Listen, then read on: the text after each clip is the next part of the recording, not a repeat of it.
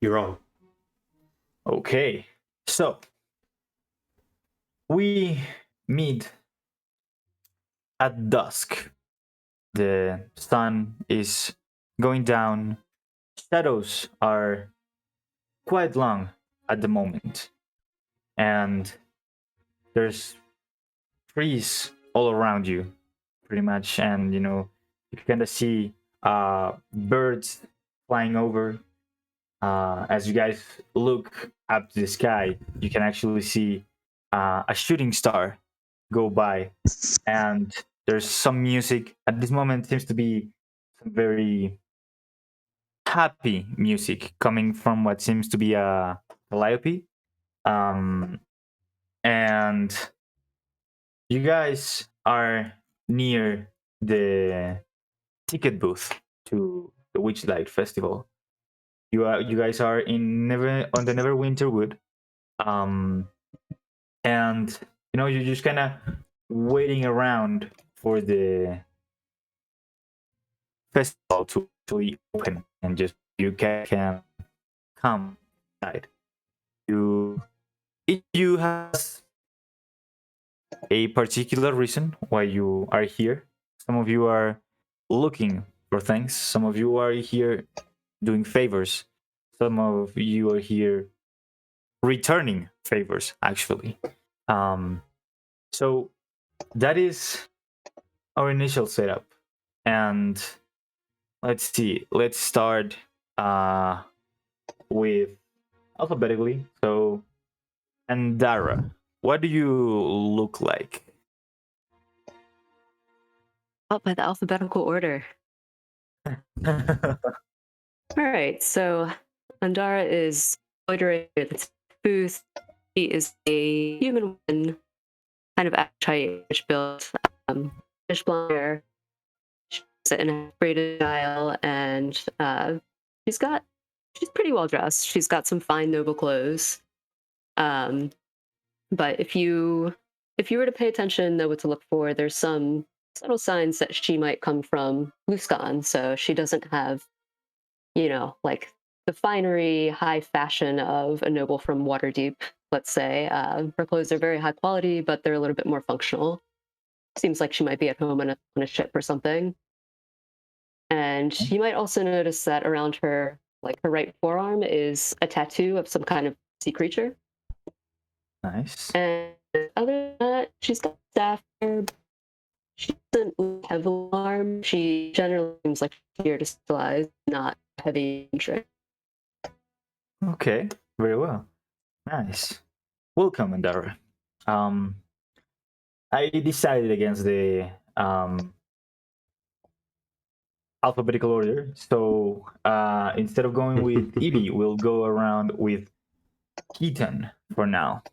Oh, man, I thought I had a whole other intro to prepare. No, it's okay.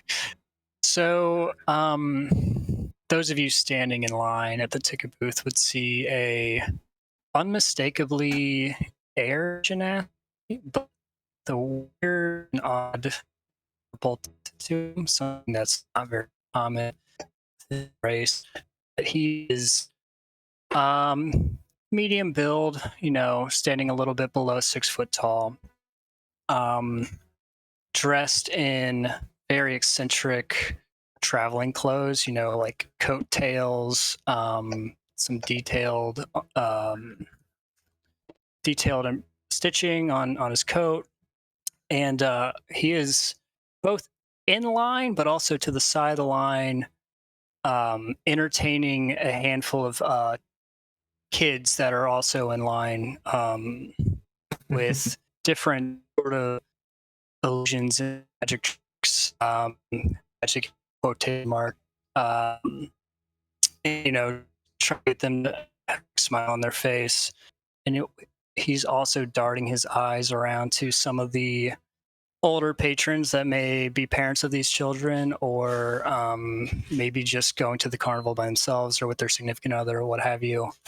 But his attention always snaps back before the stare lingers too long. You notice a couple markings on his face. indistinguishable if they're tattoos or if they are birthmarks, but they seem to be symmetrical and purposeful.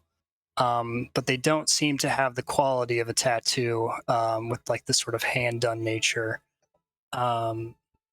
Silver hair, and yeah, that's probably it. Okay. So yeah, Andara, like right in front of you on the line, you see this character. And you guys are a little bit close to the booth. Maybe a little bit under 10 people are in front of you. And if as you look back, you see there's a very large amount of people just waiting there, just kind of chatting. It looks like kids with their parents and everything. A couple who's kind of teasing now. You realize maybe someone looking them, they just stop. You look at the trees and you see in between all of them there seems to be like lights running from one tree to the other. And a bit ahead of we have supposed to be a small group of people.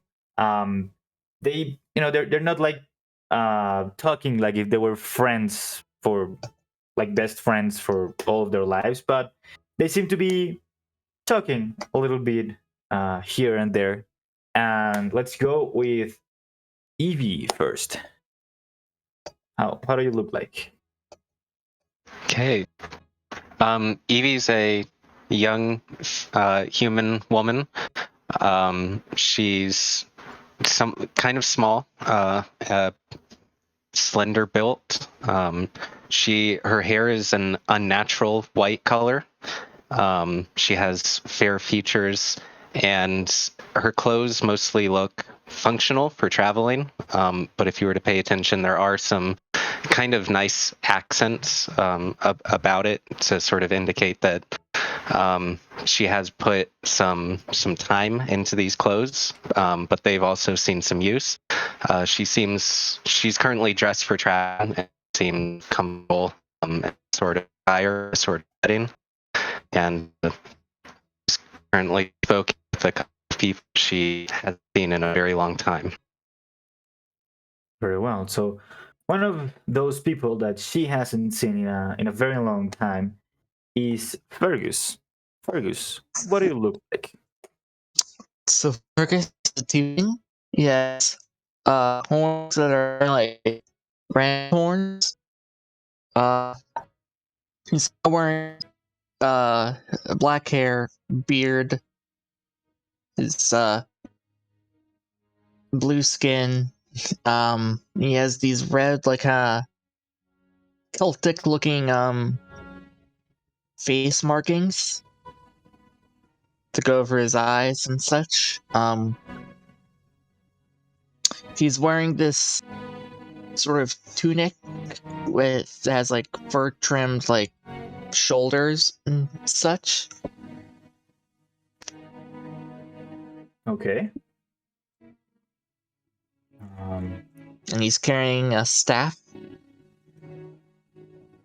Okay. You actually carry a staff. Good. Okay. So, right next to you, also catching up, and you guys haven't seen them in a very long time, is Nightmare. So, Nightmare, what do you look like right now? Nightmare is a skinny-looking, early 20s humanoid, or a human in appearance, very pale, and wearing with black hair, some black eyeshadow and black lipstick, wearing dark glasses. They are their outfit it looks like a uniform. Essentially, think of the My Chemical Romance band uniforms from Welcome to the Black Parade. Essentially, he's wearing a coat like that, and a kind of a leather battle skirt with that coat. He's holding two large, not javelin. What do you joust with? I forget what it's called. Lance. A lance. Lance. Thank you. He's carrying a completely black lance and a completely black shield, and he's standing there complaining about how long the line is taking. He says, I can't... I gotta pee. Like, is this thing gonna move? Like, do they have only one person on the booth? Like, come on. Oh, I'm hungry. Oh. So, as you guys get closer to the booth, you see there's a silver statue of what seems to be a dancing fairy, like mounted on the roof of the booth. And it's kind of surrounded by butterflies that are just kind of flying around, going up and down. It's very peaceful moment right now. The booth also decorated and seems they can make the picture of the night sky with shooting stars arcing across it. Imagine the roof of Howard's place where they eat, the dining hall of Howard's. Was something like that. There's an elderly goblin perched behind the ticket counter, who's like peering through a spyglass at pretty much everyone that comes up to the booth. Nightmare calls out to him, "Yo, dude, hurry it up! We've got people waiting back here." The guy grabs the spyglass, kind of points it up at you, kind of moves his head a little bit quizzically and interested, and goes, you wait, you have all night, no worries. But he, as you say that, he kind of finishes with a person that was waiting there and seems to be doing a bit more of an efficient job than before. Doesn't he know I have a seance at midnight? God. Nightmare, I really thought when we were kids that this would be a phase. I mean, you stuck with it. It's good for you, man. Look, not all of us change as much as you guys. I mean, your hair is pretty metal, but like, how long did that take to dye? I'm curious. I work at an arcane college. I don't have to dye my hair. All right, show up. That's right. I guess. I was born like this. And just remember, Fergus has an Irish accent, but I am not good at accents, sure. so... Right. I'm gonna write it down, actually. Yeah. Okay, yeah, so the land starts moving. And after 4 to 5 minutes, you guys, Evie, Fergus, and Nightmare, you come into the ticket booth and you get to see the gnome a little bit closer. He wears like very nice attire, and he seems to have a set of butterfly wings on its back. As he looks at you through the spyglass, he just kind of lowers it and he goes, "Greetings, fur goers," and he kind of pulls out a horn, but not to speak, but to be able to hear. He kind of puts it into one of his ears and points it in you guys' direction. And he goes, "So, interesting coming to the festival." And he just grabs a pair of glasses that you just kind of put over and gets a little bit closer to you guys and goes, Oh, it's you guys. And you see under the counter there is an ornate wooden box with a silver clasp, and there's a couple of letters monogrammed in it. The letter N and the letter M. Just N for no, M for mom. And the guy kind of grabs it, opens it, and he goes, these were paid for an anonymous benefactor, and he just kind of hands you a couple of, well, a ticket for each of you. Is this a fast pass? No, we don't have those. We just have the standard ones. Okay. How much for a fast pass?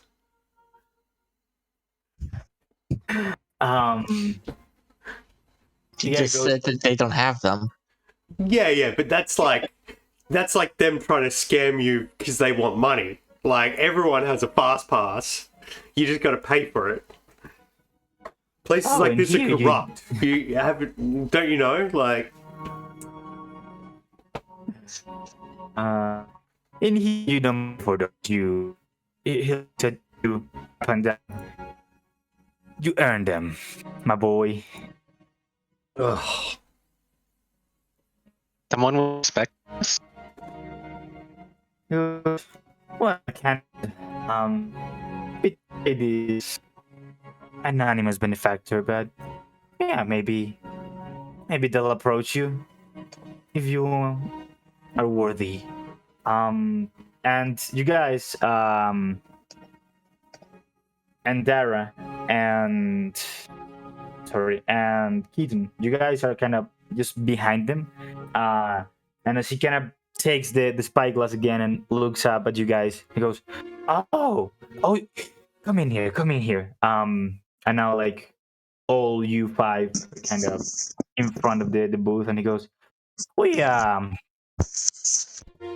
I've got another couple of tickets for people matching your description, actually. Really? Indeed.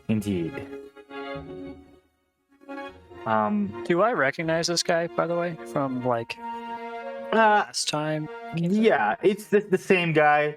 The festival doesn't seem to change their staff too much, basically. What's the retirement age around here? Jeez. You might want to think about getting new people. So you guys now have, each one of you has a ticket, just circular. Seem to be maybe a table or cloth if you wish to get. But Really it's with my outfit. let me go ahead and actually show it to you. Hi, my name is. It has a little phrase on it that just says, "Will you be our Witchlight monarch?" And it has 2, 4, 6, 8 little red dots. Each dot is good for an attraction of these. So you guys can enter 8 of these without having to buy another one. If you guys want to, enter to a 9th one, or you want to repeat and you're already out of them, you would have to buy a new ticket. I think you guys should be seeing the ticket right now. Okay, cool. Good to know. Just put that out there for benefit Absolutely. of the audience. And yeah, so So you're saying this is good for 8 free rides? Yes. All right, that's more like it. I mean, we were waiting in that line for at least 15 minutes. Well, you should have been here early. And You guys arrive at literally a different time every decade. Yes. Kind of like raises their their shoulders and goes, "Well, we don't have a strict timeline, so you may go inside. Don't worry, you'll have fun. Don't worry about it.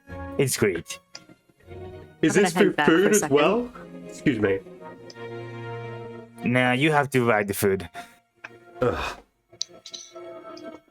I kind of glare at Nightmare like, hey, who's holding up the line now? Fair I enough. do the same. Like, You were preparing to buy a fast pass, but you can't afford like some fried food. I'm just trying to scam the scammers, dude. Like, get back what you can. that isn't. It's a carnival, not making a deal with the Fae. I'm pretty sure totally that's different exactly thing. what this is. I want to ask the ticket taker.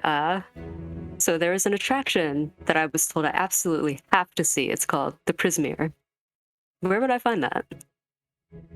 Oh, right to the point. Okay. As you ask that, go ahead and make an insight check, please.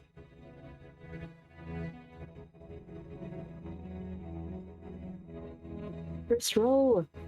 For the campaign.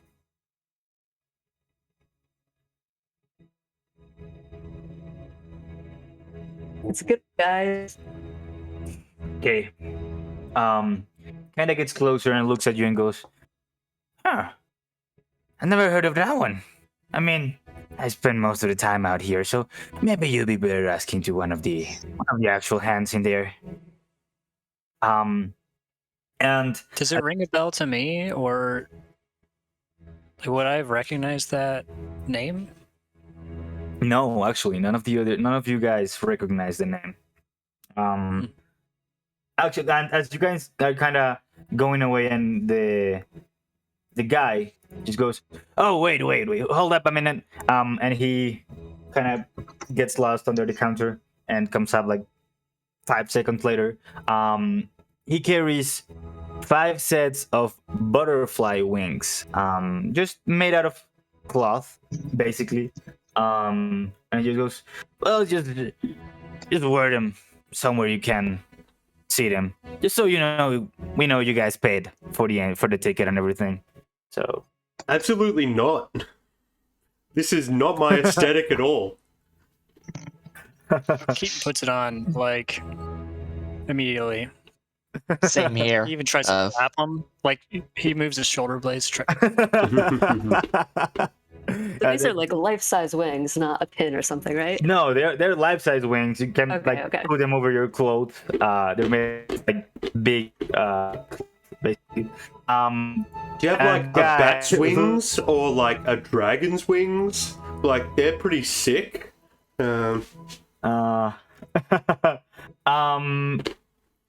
You see the guy.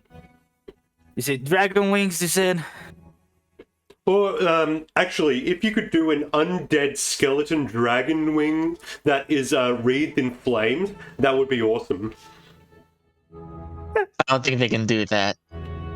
Oh. Alright, do you have black fairy wings at least? The guy goes, "Sure, give me a second." And he grabs the ones that he handed to you. It's about a minute before the guy comes back again, and he just hands them to you.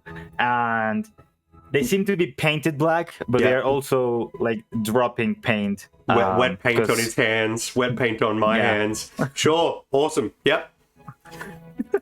Thanks, I guess. Here you go. And he puts them on Black begrudgingly. Yeah. Okay, so do you guys go in? Yeah. Flapping my new wings, yes. Nice. So you guys start going this little like hallway. You guys are flanked by what seem to be like huge pumpkins and fruit, maybe like this huge onion, something. Everything used to be overgrown here.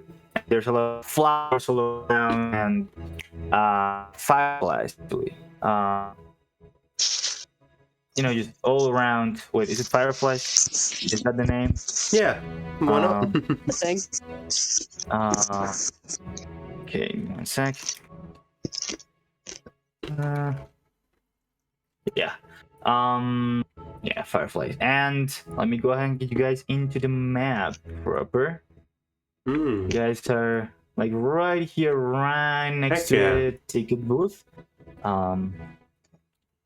So yeah, as you guys are, heading down this place around here, you see at the very end just the calliope thing, instrument just parked there, and nice sort of like upbeat, well, not upbeat, more than upbeat, happy music comes out of it.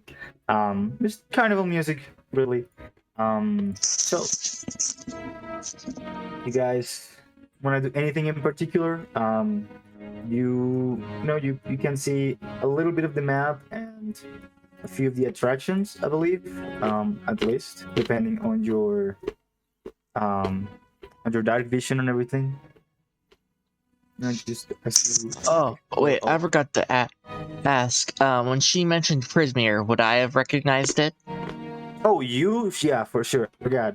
Yeah, you know what Prismere is. If probably you've been Prismere pretty much your whole life. So yeah, you are familiar with Prismere. Right. So I'm gonna walk up to her and kinda like whispering like, what's your interest in Prismere? Have you heard of it then? Oh, I've more than heard of it. Oh, well, family friend who I assume is the one who left the tickets for us, or for me anyway, at the booth. He really wanted me to check out this carnival. I don't know, he's a little light on the details. It's not a family friend I've seen in a while. I think he might be getting a little senile. But honestly, I don't even know what it is. Wait, you know who's running this competition?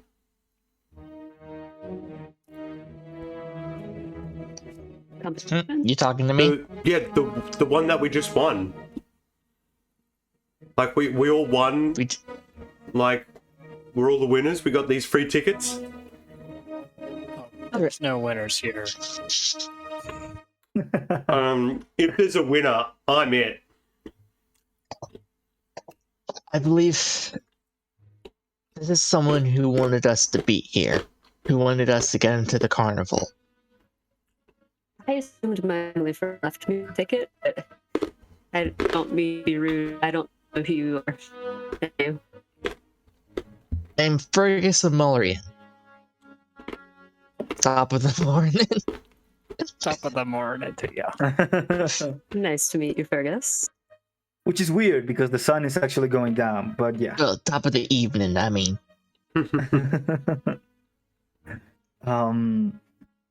Okay. So as you guys like stand near the entrance, people kind of pass you by.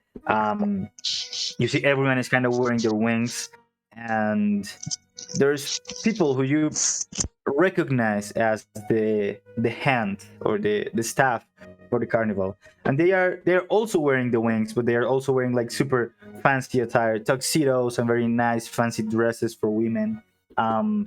You guys see a little gnome female, just kind of, she has a lute that she's kind of playing very slowly as she's walking, and she starts playing to the same tune that the calliope is playing.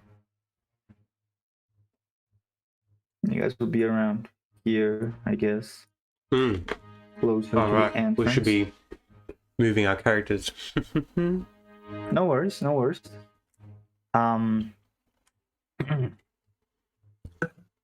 So, Right. So the calliope is making sound, and there's someone playing a lute. Oh, sorry. No worries. Yeah, the little gnome she seemed to enter the festival with you, and passes by, plays the same tune as the calliope and keeps on going, actually northwise. And as you get closer to the calliope, you see a monkey who's wearing a cloak covered with buttons. Just kind of turns a handle at the wagon's rear, sending the music into the air. And as you watch, there's also a goblin dressed as a ladybug that kind of toddles up to you, and he rattles a tin cup. And as soon as he does that, the monkey just goes kind of to the tune of the calliope. Goes, "Fair a button, if you please. I'll sew it next to all of these. I offer nothing in its place besides a smile upon my face." And you see, kind of smiles. The monkey smiles like it doesn't know how to smile. Like it's smiling way too much. And you see that the cloak he has like all kinds of buttons sewn into them, like very small, very fancy ones. Pretty much every type of button imaginable.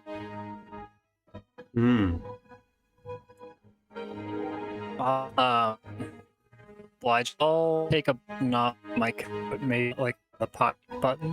And you said he had a little tin cup. Yeah, the monkey is the one who's like moving the oh my god, the handle at the wagon's rear, and there is a little goblin dressed as a ladybug who has a tin cup, which seems to be collecting them. Yeah, I'll give the button to the one collecting on behalf of the monkey, and so here you go. And I'm actually going to cast Minor Illusion to make it look like very prismatic and almost like it is made of diamond. Nice. Yeah, the monkey just kind of keeps on smiling and nods at you and keeps on moving the wheel. Okay. Okay, so do any of you guys give any of your buttons? All of Nightmare's buttons are shiny and brass, and he's very fond of them because they make his outfit look extra metal. So he would avoid giving up the buttons, but he would also probably be easy pickings for a sleight of hand from any creatures. Or no one's going to steal buttons from you. So, Yet. yeah. Yet, yeah. Let's see how I can insult the monkey and see what happens then.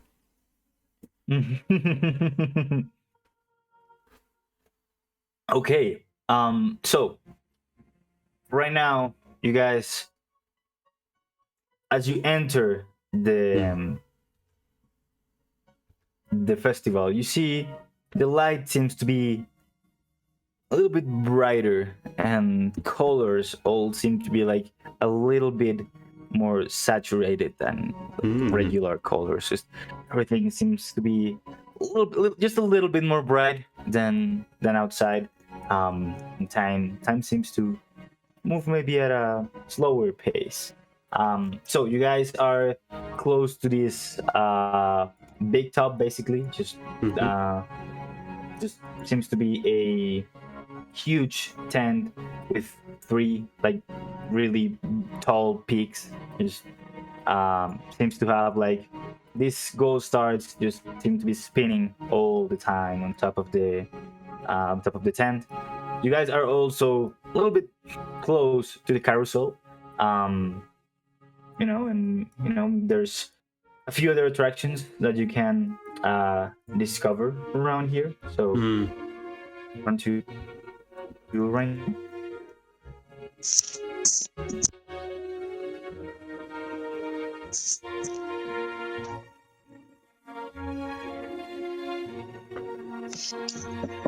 I'm gonna walk up to Nightmare and kind of Oh, saying as the side, like, No, I believe I saw you last time I was here.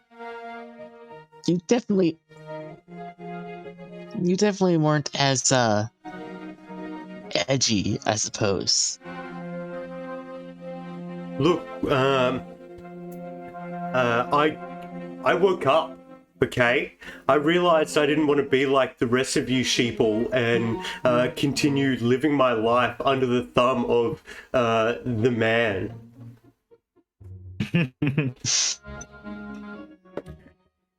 I'm living outside the what's a D&D equivalent of the Matrix?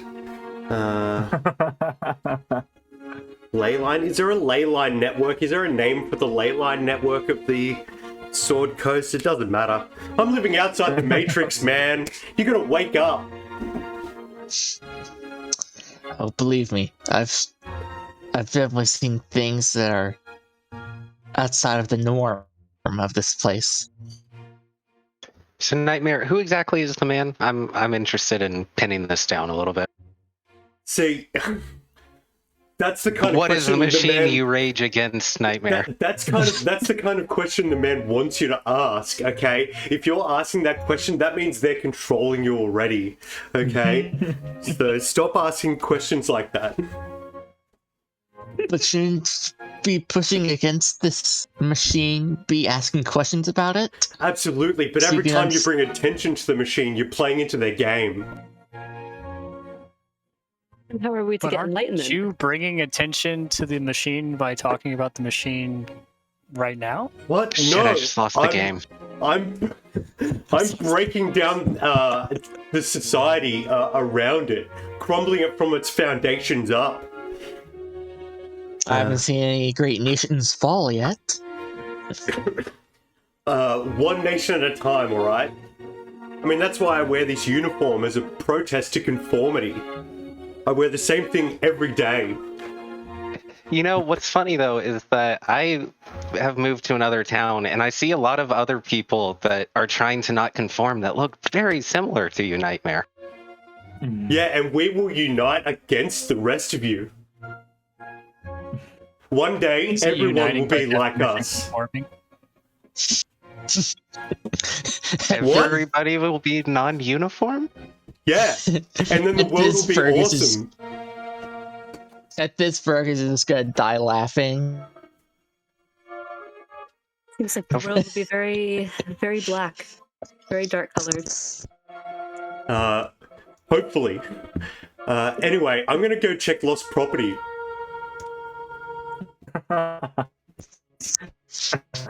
We've been here for 5 minutes. Yeah. I mean, we did kind of just walk through the door. Yeah, and I'm Did pretty you lose sure your I've lost pride? my wallet. I thought it was dignity, but pride. I think I lost some brain cells. Let me go try to find them. There we go. Fergus, By were the you? way, I realize that you guys don't know who I am, and it's a little strange that I'm just following you around. Or maybe you're following me, but I'm Keaton. Glad to see another blue person here. I'm purple. Don't mistake it. Well, I guess in this light, you know, if you, it's the torchlight. It's just it's a little hard to tell. It would make me look even more purple, as it would add warm colors into the blue pigment. Color theory. Oh yeah, I forgot I'm tangling with the guy who probably knows colors way better than anyone else. Anyways, I heard your name was Fergus. It's nice to meet you. It does look like we might, you know, share a mailman of a father, but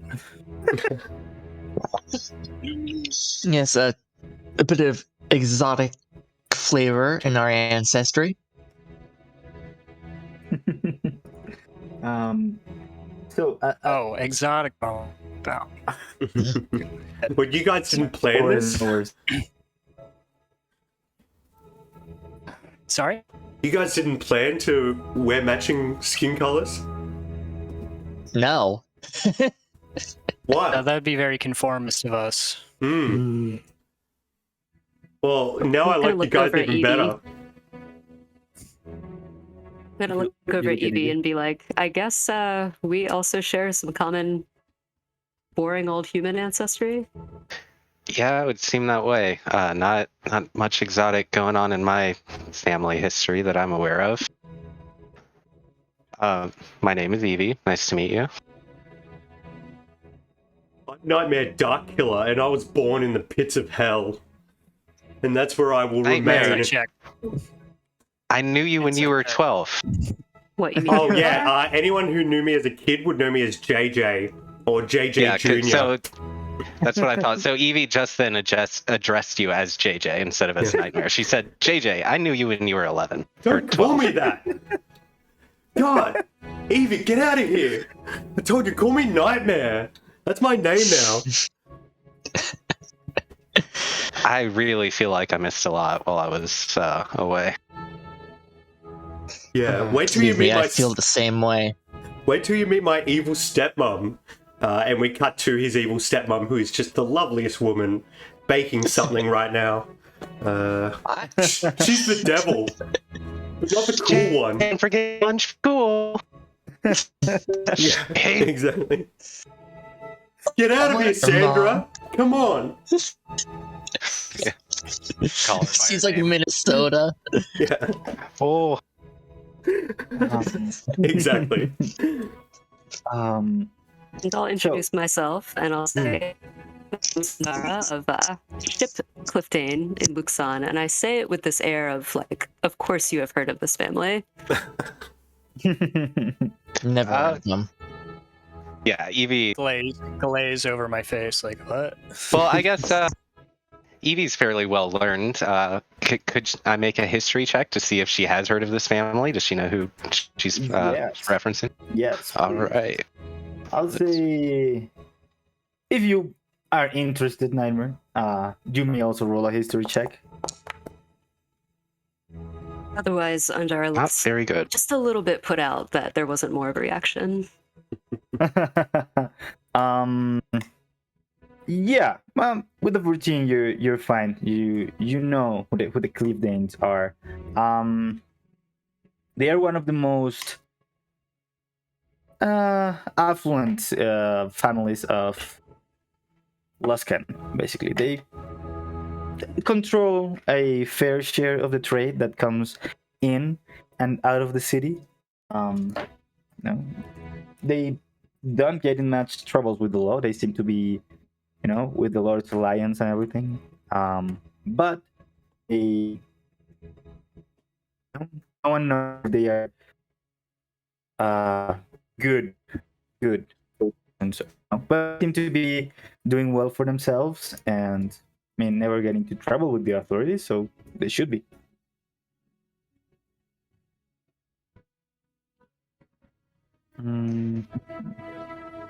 It's a pleasure to meet you. I've heard of your family. What time is it? You said it's like late evening. As you guys were like doing the line, it's dusk. Basically, that's the time that it opens at. So the sun it's still kind of the same position, but it's just going down, almost about to be full night. So do you guys follow Nightmare into the Lost and Found? His body language says he does not want anyone to. Hey, it looks like Nightmare just is looking for something. You guys want to grab a bite and just leave him? I'm up, but I'm sure he will find us soon enough. Absolutely. Yeah. Evie, just anyone who's kind of looking at her body language, she's a little just creeped out by the carnival in general. Like you can just see she's just like not over, just a little bit like towards a lot of the things. She just has a bit edge to her.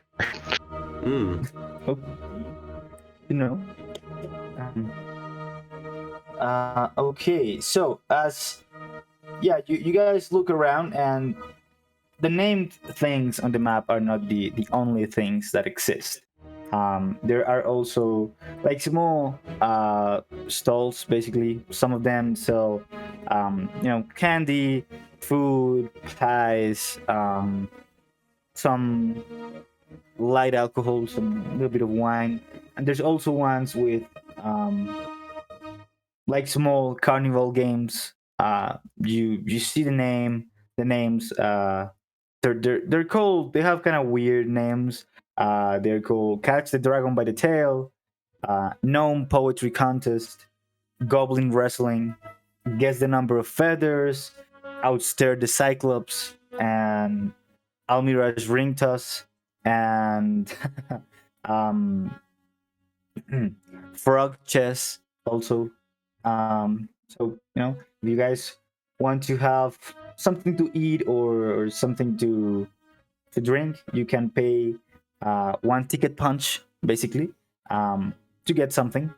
But while you make a decision about that, I'm Nightmare. curious, Go ahead. Cam. It could that you could get a ticket for like drink. Is it the only kind of currency accept, or do you like pay for stuff? It's to for like Yeah, rides or whatever they are. yeah. You can pay for them if you don't want.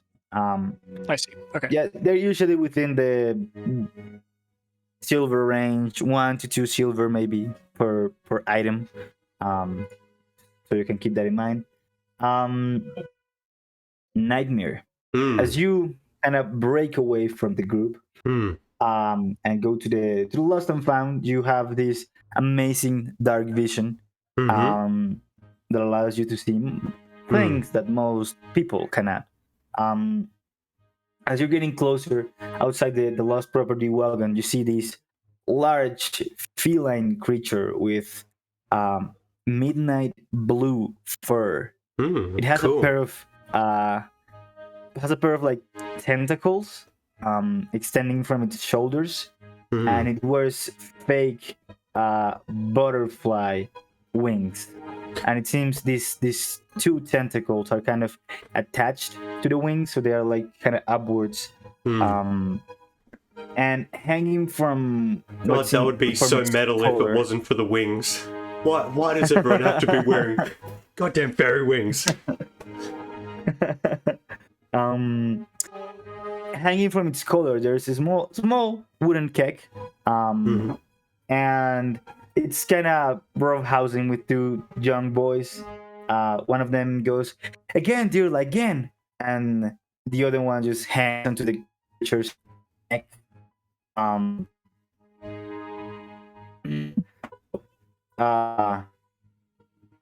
They're like right outside the door. And yeah, there's just kind of children playing with them. Okay. So they're like right in front of the lost property booth? Correct, yes. Right. Can I circle around without being seen to the backside of the booth? Wait, I don't hear Cam. Does anyone else not hear Cam? Is that just me? I hear him. Can everyone else hear me? Yeah. I hear Cam. Yeah, I got him. Like it's just you you. look frozen. I can hear you. Yeah, you look frozen, Adam. On my screen, you look frozen, I think. Unless you don't blink. Okay, there you go. Yeah, unless he doesn't blink for a whole minute, Forever. he froze. Hey, can you hear me now? Okay. Having technical difficulties? No worries. Don't worry. Do you want me to keep going with my thing, or? Oh yeah, of course. So go ahead and roll me stealth checks. You don't want to be like perceived. I want to pray to my Dark Lord Asmodeus and give myself guidance and say, Alright. Asmodeus, Dark Lord of the night and shadow, please pull shadows around me and hide me from the light of people's perceptions. All right. Cool. Go ahead and roll a stealth check with A D4. guidance, please.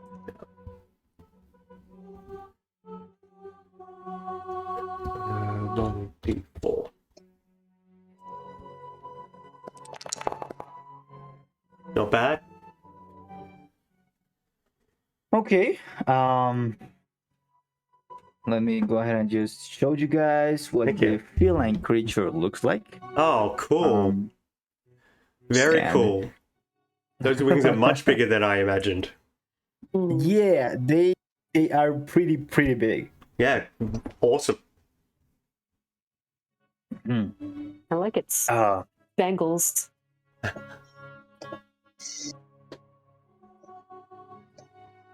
Yeah, so Nightmare is pretty intimidated by this creature, so he definitely wants to avoid it and try to circle around to the other side to try to get a glance inside the lost property booth. I'm going to try to scout the situation. Okay. Go ahead and roll me a perception check, please. Okay.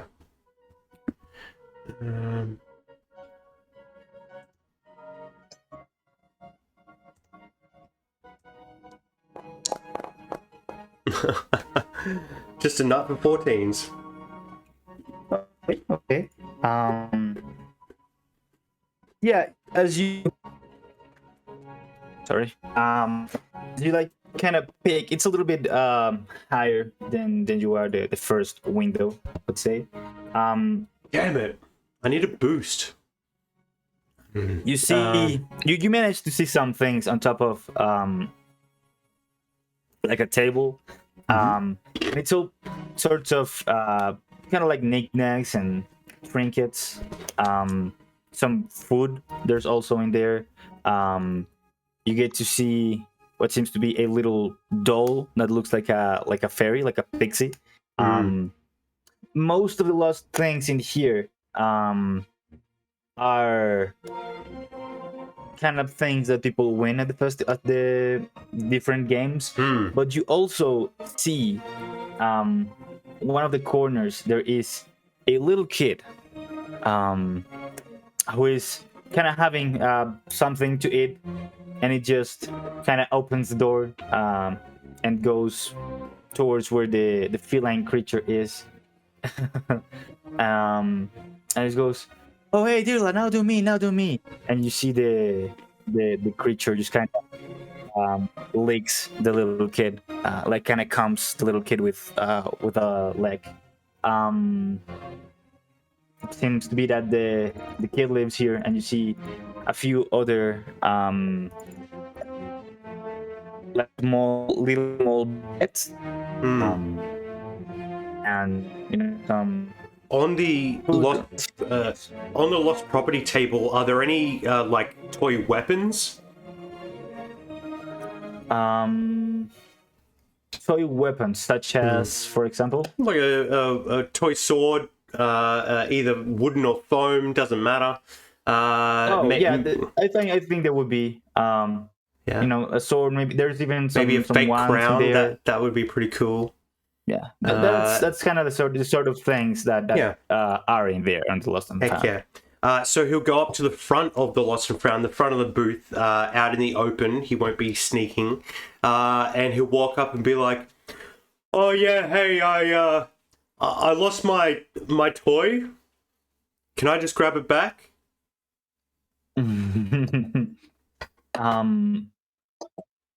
What languages do you speak? Oh, good question.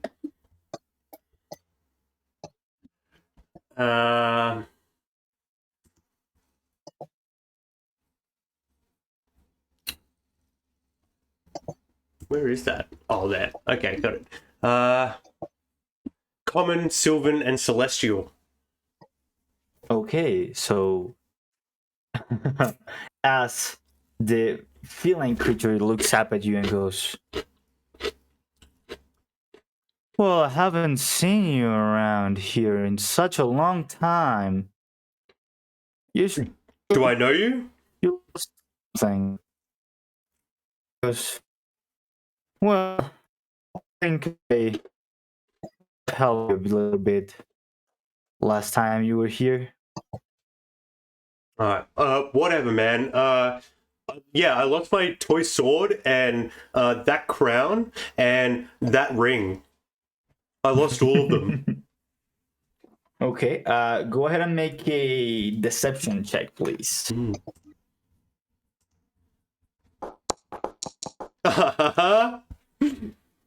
That's a nat Perfect. 1, baby. That's good. Absolutely great. Absolutely great. That works. The creature.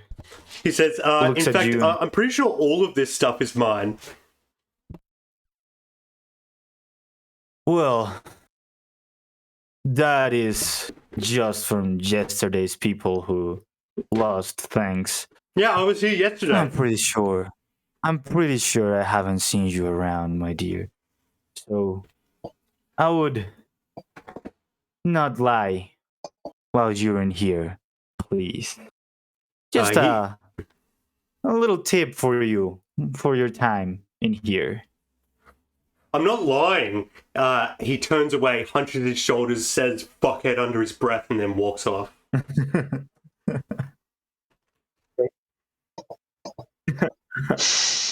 God, this place is a prison. I'm done. Thank you.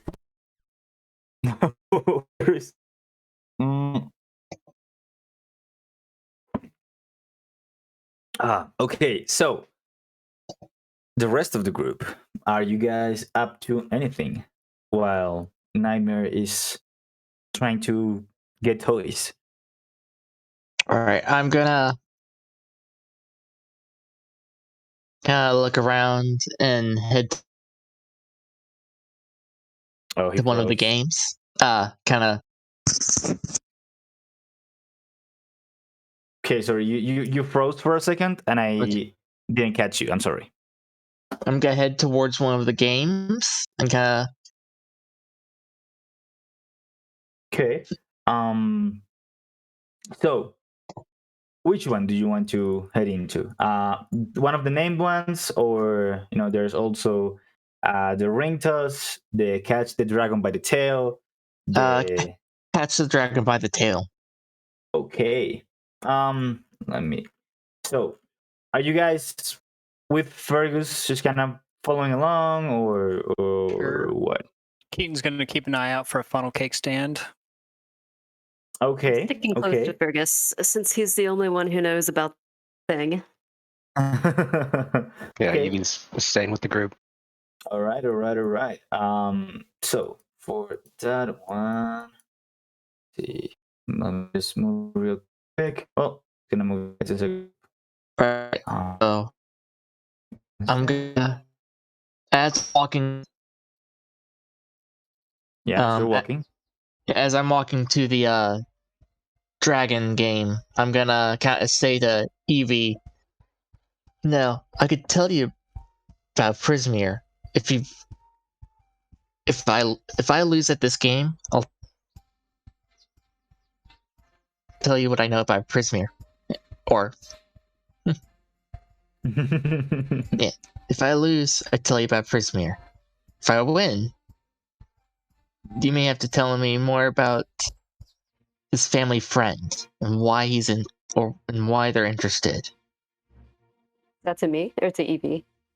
I mean, to you and Dara, not Evie. Oh, okay. All right, it's a deal. Okay. So as you're getting closer, and it seems to be this little booth here, there's prizes. Catch the fairy dragon by the tail and win a piece of its hoard. And yeah, you see, there's a little kid who's participating right now. He's blindfolding and standing in the booth. And he trying to grab the tail of an elusive, giggling small dragon. Go ahead and show this to you guys as well, real quick. After okay, let me check the kids.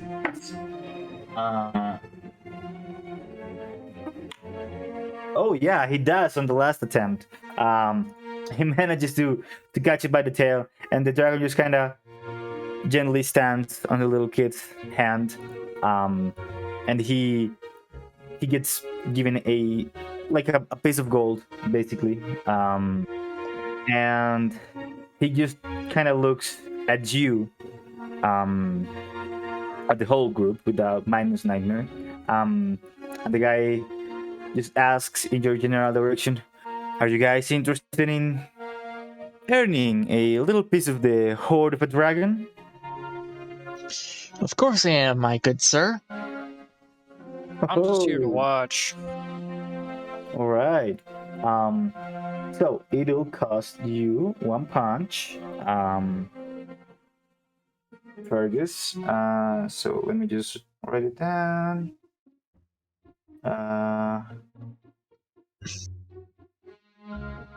Catch the dragon. So, the guy just kind of blindfolds you real quick, and he makes sure that you're not seeing any fingers. He just asks, "How many fingers do you see?"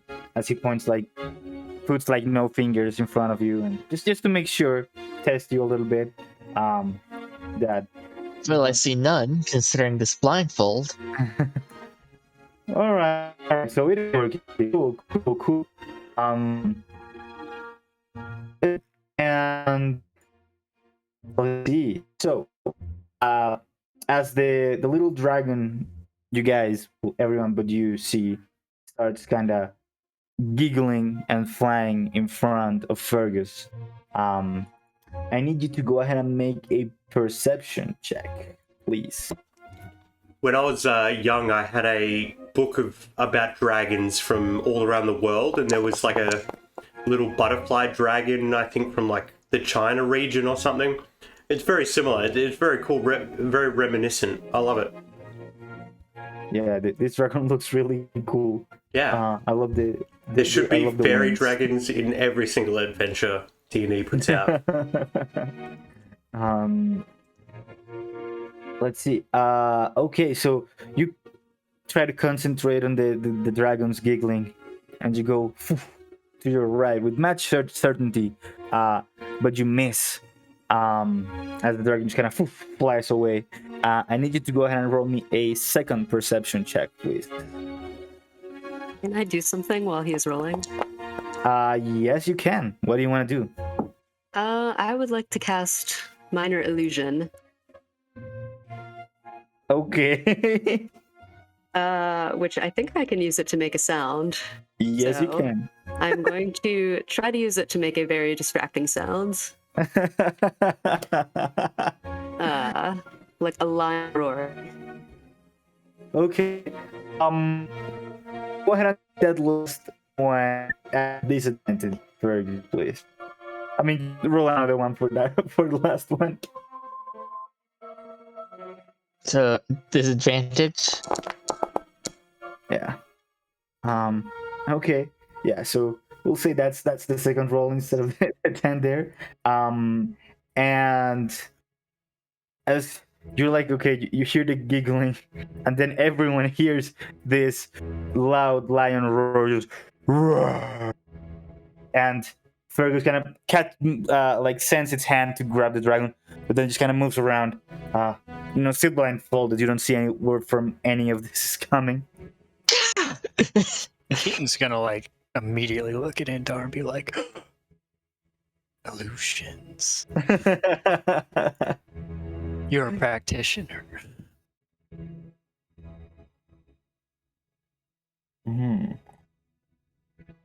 Okay, so yeah, that one also fails.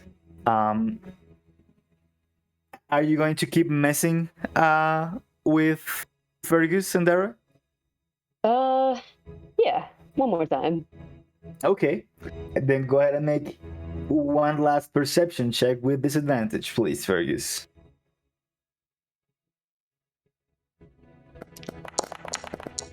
Oof. Wait, I saw the dice rolling, but then I didn't see the result. 3.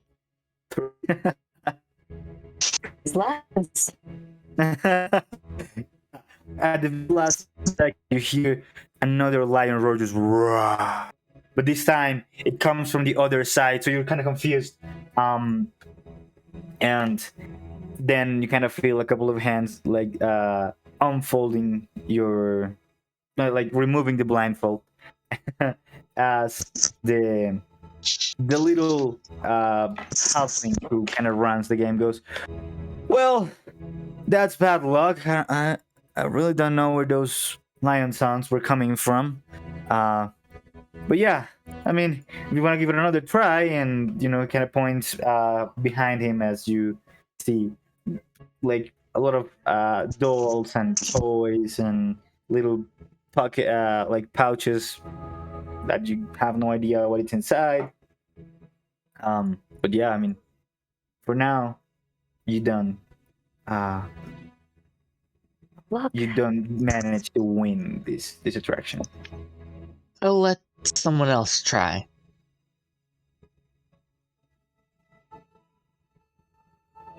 Someone else wanna try? Yeah, I'm Evie gonna walk will. to Dora and Yeah, I'll give it a shot. All right. So as the guy blindfolds you, goes, well, let's hope these lions don't keep on coming. But Yeah, she says as she looks around at first at I'm looking at names Indra, and then second she heard Keaton get excited about illusion. She's gonna glance at both of them and put the blindfold on. What is the blindfold made out of? Like, is it just cloth? it's just cloth, yeah. Okay. I mean, you would have seen them casting it because it requires a bit of fleas and.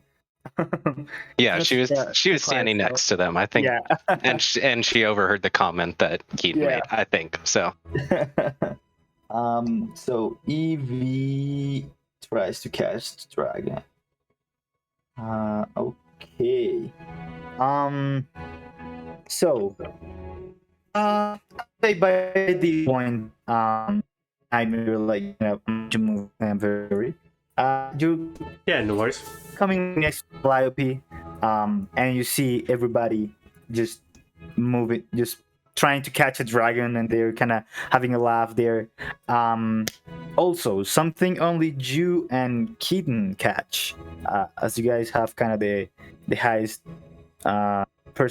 passive perception in the group.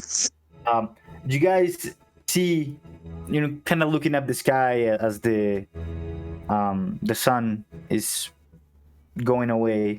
You see from here, from this little teapot, just bubbles start coming out, but they're not small.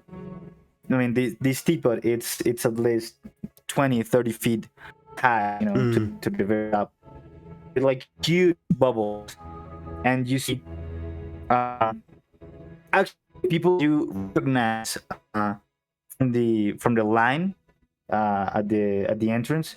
You see them with their hands on the bubbles, inside the bubbles, just with their hands there, their nose almost like right against it, just kind of looking down, just amazed. Heck yeah. Just, whoa.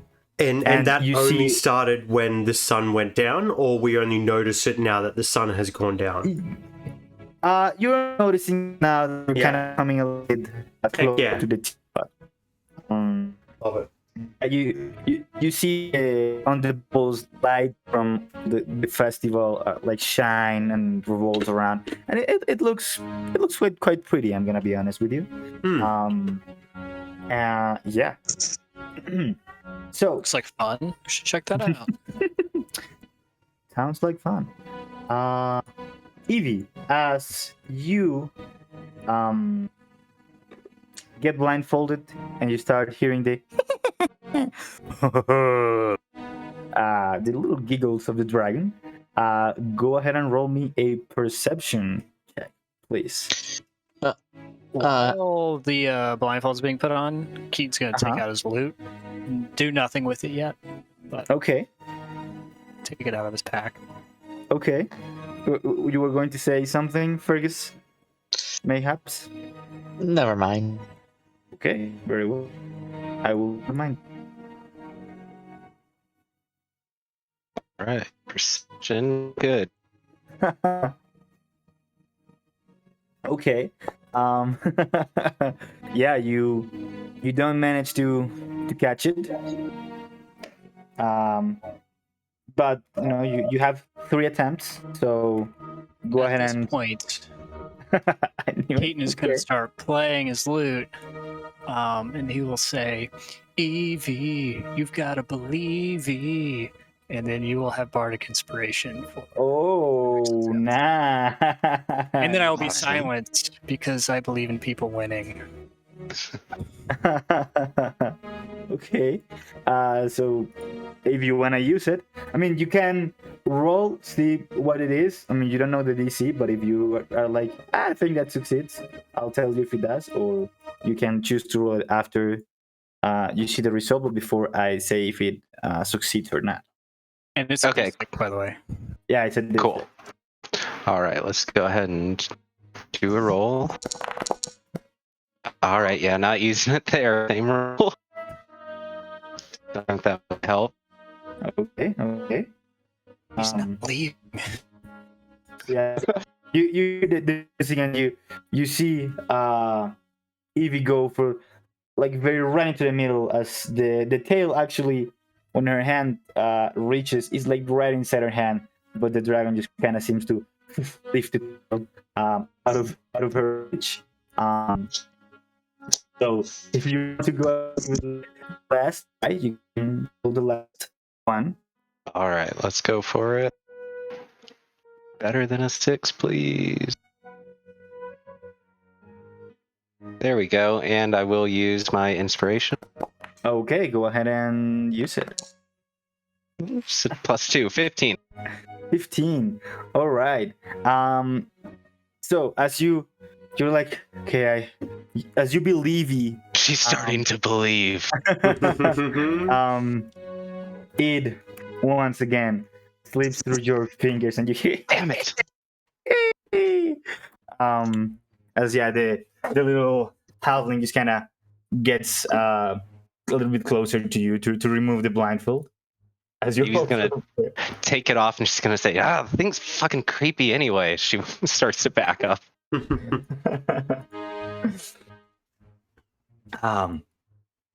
Okay. So as you Evie a little bit frustrated not being able to succeed at this at grabbing the tail of a little fairy dragon. What would you guys like to do? You guys have anything in mind?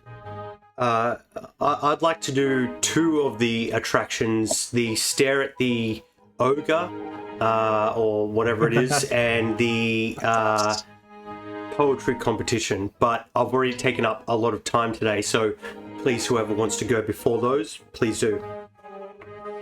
I On want you to stare at a Cyclops. Stare at a Cyclops, that's it. Yeah. And Right, I'm you're gonna- looking for funnel cakes on the way there. Okay. I'm gonna walk over to Andara and say, "First that was on me. I didn't clarify that you couldn't use a spell." You didn't Too set the ground pristine. rules. Hmm. It wasn't mentioned before the bet. I think you want an explanation. And considering where I've been, I should know better. Right. Prismere is a domain in the Feywild, ruled by an archfey named Zabilna. She helped me escape there when I stupidly walked into a portal. Well, here at this very carnival, years ago. How long has it been since you've seen Sibilna? That's kind of who I'm looking for. Oh. It's been about 3 years. So not very recently.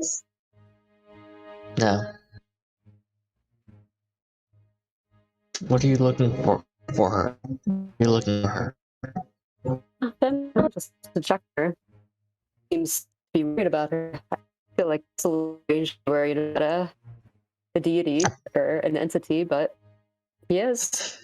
Trust me, the Archfey in the Feywild are pretty much gods. I should know. I've dealt with them. There's no cause for concern then, and my work is done. No, if something has your friend concerned, and if she is in trouble, then it is very bad. Ramifications that could affect not just the Feywild, but us. And no one deserves that kind of fate less than Zabilna. Of all the Archfey I've met, she's honestly the most normal and the nicest.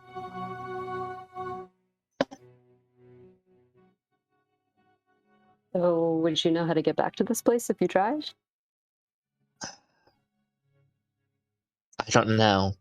Last I checked,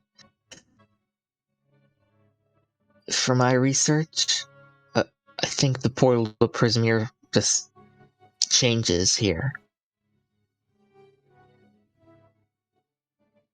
I didn't even exit out of... When I escaped the Feywild, I didn't even come out of this carnival. I came out near Neverwinter.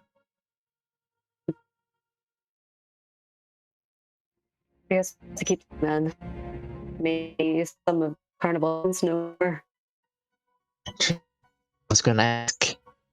I was hoping to ask, the proprietors, Mr. Witch and Mr. Light, a few questions.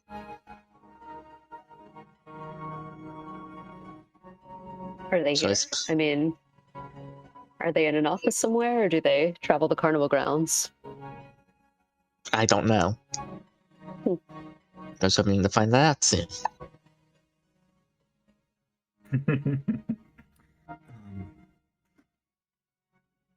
Nice. So, so you guys, Keaton, you said you wanted to join Nightmare on the outskirts of Cyclops, or were you just reminding him the actual name? Oh no, I wanted to stare at the Cyclops. Yeah. I also like to frog chess, whatever that is.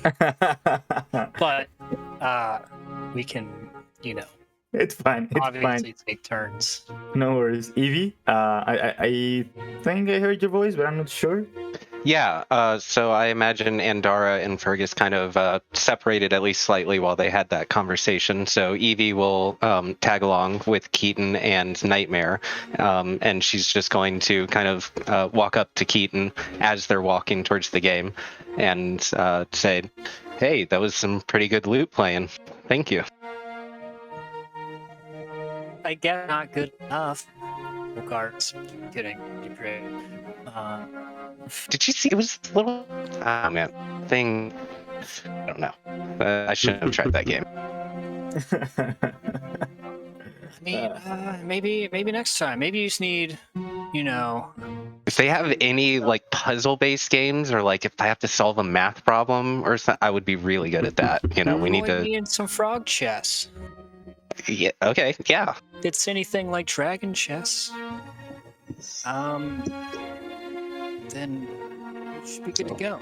Yeah, I mean, frog chess, given that it's basically chess, would involve intelligence checks. And guess the number of feathers maybe would also need intelligence. But as you look around, you let me know whenever you want to participate in one of these. So, Keaton, you do find a funnel cake, as you were hoping for, though the sprinkle on top, it just seems to be blue instead of white. Seems to be like blueberry on top of it. That sounds excellent. And you know what? To spice it up a little bit, Keaton's going to, wave his fingers over the blue powdered confectionery sugar, and it's like a transition. There would be like waves form. It'll look like a top-down view of the coast of a beach. Okay, fancy. Oh. And then he'll ruin it by biting straight into it. As one does. I have to sneeze. Do they have fries? Give me some fries. You gotta try some of this funnel cake, man. I don't eat blue. You don't eat blue? No, I don't eat blue. What colors do you eat? Usually browns, reds, sweet potato, orange. Greens. Have you ever heard of green, Nightmare? No, I don't eat green either. Bad. I'm worried for your nutrition. If we split a pack of Skittles, you can give me all of the... Yeah, I'll go to town on the ones that aren't green and blue and yellow. But yeah, I'll go to town on everything else. So, scissors, paper, rock to see who goes first. Let's do it. What is that? Alright. wait, Let's just roll off. I don't see you. D20. Okay. Yeah, just a D20. We'll see who goes first. 8. 12. Okay, after you. It goes Alright. first. Okay. Yeah, I'll let you go first. Okay, give me 1 sec before we get to the contest. As you walk around and you see the food tent, you see some blue frosted cupcake, candied apple in a stick, the usual. There are some cookies that are advertised as Euphoria cookie. A little bit of evening berry wine, fairy bell nectar, pixie tarts, sugar glazed button mushrooms, and 3-sap lollipops. That's kind of the general offerings around here, if you guys are interested at any point. So as you are making your way to this little tent here, which is where you see the Cyclops being advertised, you guys, well, since we're going off of passive perception, Nightmare and Keaton, this is going to be said a few times through the game. Sure. There is the highest perception. You see, coming from the north, I think you probably hear it first, just some loud footsteps banging, make the floor under you tremble a bit. What the hell is that? You turn back, this 12-foot tall walking tree. He's just garlanded in golden ribbons, and just marching down, and just little emerald clouds swirl above the tree and rain down, golden, spinning sycamore seeds. I'm not sure how to pronounce those. Sycamore. Yeah. I think sycamore. Yeah. Yeah. That they start like flying down and falling, almost like helicopter blades, and you see people are kind of following them a little bit. They're a little bit excited and they're trying to catch the seeds before they hit the ground, and the few ones that gently fall, they just kind of disappear as soon as they touch the floor. And you see a little squirrel just along the tree, just on the over the shoulders. He's kind of handing dandelions to a few passerbys. Cute.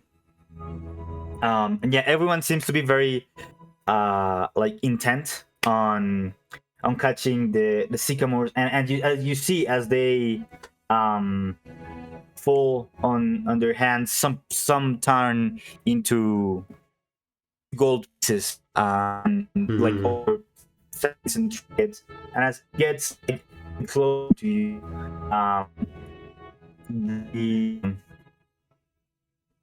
the squirrel actually hands each one of you a dandelion a piece. And on a very high-pitched voice that I will try my best to emulate. He goes, make a wish and then blow it into the air. So I don't know how that came out, but make a wish and then blow it into the air. It was great. Nightmare will say, I wish you guys would make like a tree and get the hell out of here. And why do I need flowers?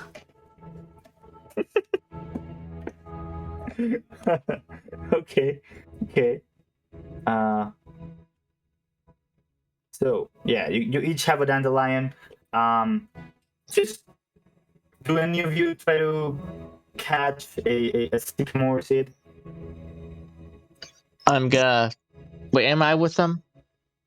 Yeah, you would be. I mean, the tree is kind of going, just walking down the. He's on a parade circuit here. Yeah, I'm gonna try and grab it. Okay. Grab one. Okay. Go ahead and make a straight dexterity check. If it's passing by, I'll try to catch one. If I out of my way, probably not. Yeah. 15. Back and the clouds were the sycamore. I'll give me 1 second and we'll see into what it transforms. Go ahead and also roll me a dexterity check, please. Nightmare will do some Naruto hand symbols and try to grab a piece out of the air as well. A skill challenge worthy of one like me, who has practiced in the art of ninjutsu. Okay, so you're also trying to catch Absolutely. a seed. Go ahead and roll me a dexterity check, please. I got a 15 on my roll. Yeah, I saw that. You managed to catch Ethan. It was Nightmare the type of guy who has like weird like mall ninja stuff on his wall. That's like the crappy looking swords. Absolutely. He had to make like them all himself, but absolutely. I'll say without meaning to, Nightmare, you manage to catch two in your hand. You go for one, and as you open your hand, you see two, and you're like, oh my god, I'm so mighty. Absolutely. Yes, I am the ninja master. Tremble before me, and he holds them in his fingers like ninja stars. Okay. So the three of you who are... Well, actually, to get a roll. I am Hokage now. Baby or not. I don't know what this means. Okay. So an 8 for Keaton. Okay. Let's see. A 1 for Fergus. And So you want me rolling too? Yes, please. Heck yeah.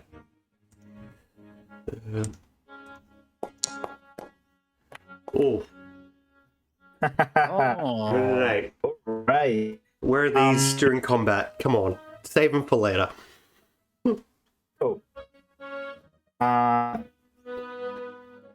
Okay. Sorry, I'm just writing notes here. Fergus, as you grab it, you look at it and you are like amazed and really like amused by this by the seed basically, and you until dawn basically you gain a personality trait that is I am easily amused. So you know you'll get lost by a lot of these distractions. So if you will indulge us in trying to RP a little bit of I am easily amused. Okay. And both of you guys, you gain a die at A, which you can add to one ability check that you make before the next dawn. Gonna come in handy when I'm staring a Cyclops in its soul. Yeah. So it's like a special kind of inspiration. sort of like inspiration given by provided by the carnival. Heck we'll yeah. say, yeah. Cool. And as the beast is like, when it goes, don't forget to make wish. You guys get to this tent here. At the front, just there's a little Goliath there, just kind of trying to get everyone to get into here. They're also dressed in a tuxedo that is kind of cut off in here because their muscles are way too big to be contained inside a tuxedo. But they're making their best effort to look fancy. They also have the wings, so not such a menacing Goliath. He just kind of screams, "What do you do when the eye of the Cyclops falls upon you? You stare right back if you've got the stamina." And just kind of waving people in. Just seems to be in the back side of the tent. Just kind of this patch grass here. Did you guys go inside on the other side? While Keaton goes ahead to get in line before Nightmare, Nightmare's gonna kind of purposefully slow down so that Evie kind of has to catch up to him. And then while they're kind of walking next to each other, he's gonna clear his throat awkwardly and then say, "Look, it's no big deal, but I got you this wish flower. I mean, you don't need to thank me. It's whatever." And he kind of pushes it towards you, and almost lets go of it before you even have a chance to take it from him. And he walks ahead of you really awkwardly, like he's too uncomfortable to be next to you anymore. Evie's just going to kind of look at it for a second because she already has a wish flower, and then she's going to kind of smirk to herself, and she's going to wish for whatever, like, the real life equivalent or magical D&D real life equivalent of, like, she wants somehow Nightmare's attire to just be, like, smacked with a rainbow. Like, she just wants him to be, like, the most vibrant, colorful. She wants, it's just a whimsical wish, and she's going to make that wish and then blow out the flower that she just gave there, still keeping the one that she actually got on her own. Betrayal. Deep betrayal. Using my own wish against me. Nice. Did that happen? No. Oh, not right away. Not right yet. now. She wishes that it happens, though. Okay. Yeah, she does wish it. So who knows? Cool. Keaton's gonna blow out his flower and not say what his wish is for, because then it won't come true. Duh. Oh yeah, just that wasn't out loud. Like, Yeah, No, of course. Evie had this thought to herself, and okay. But we heard it. Yes, I told everyone. It's good that you're playing the odds, Hodgie, and not letting like any chance to the wish to slip away. Yeah. Hey. Now I know what it is. I'm prepared if, Cam, you're like, what was your wish? It just came true. I know what it is. You got to write it in an envelope, and he'll hold it up to his forehead when the time is right.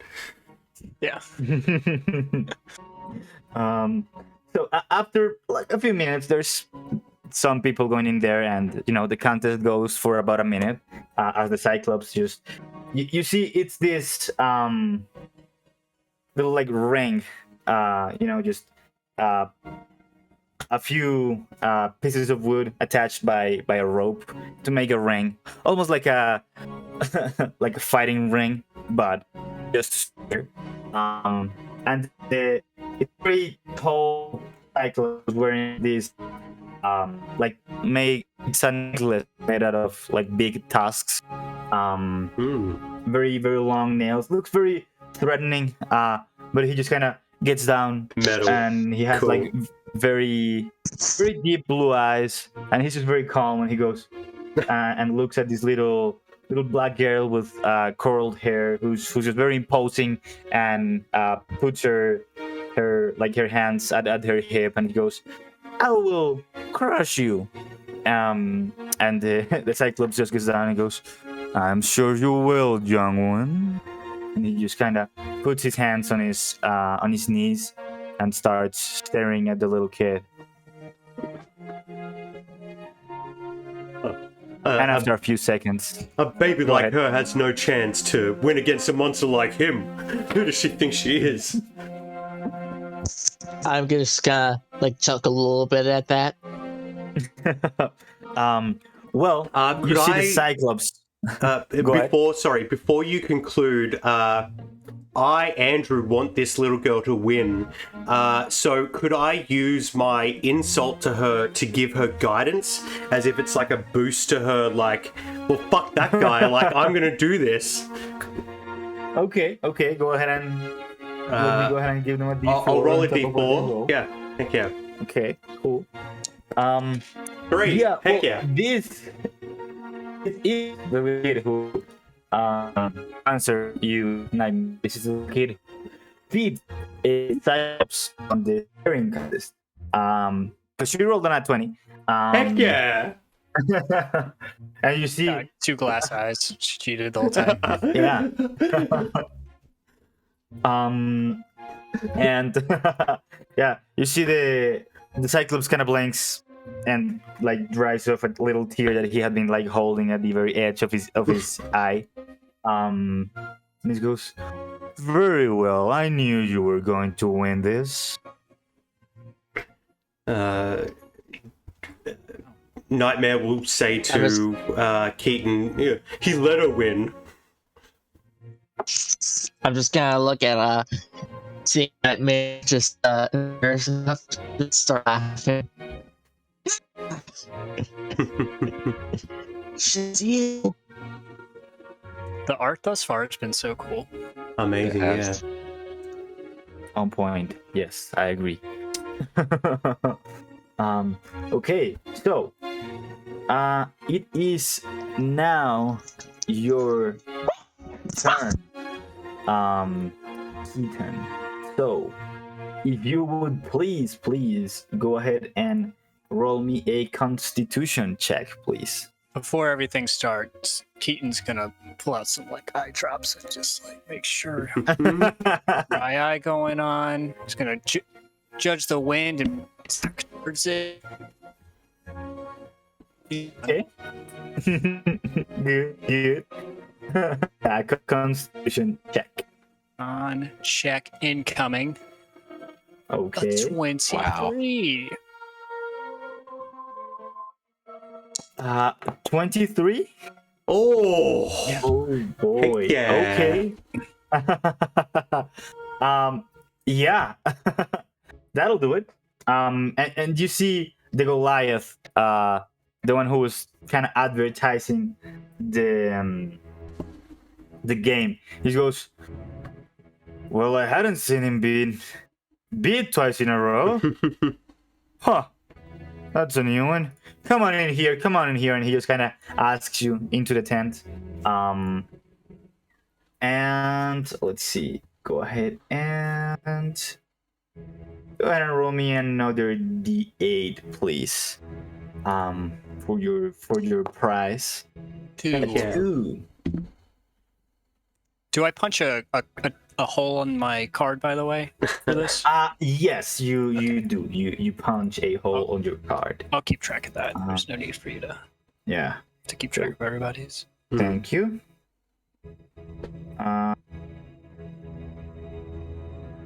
You stare at the Cyclops and you win. So the guy gives you a wooden wand.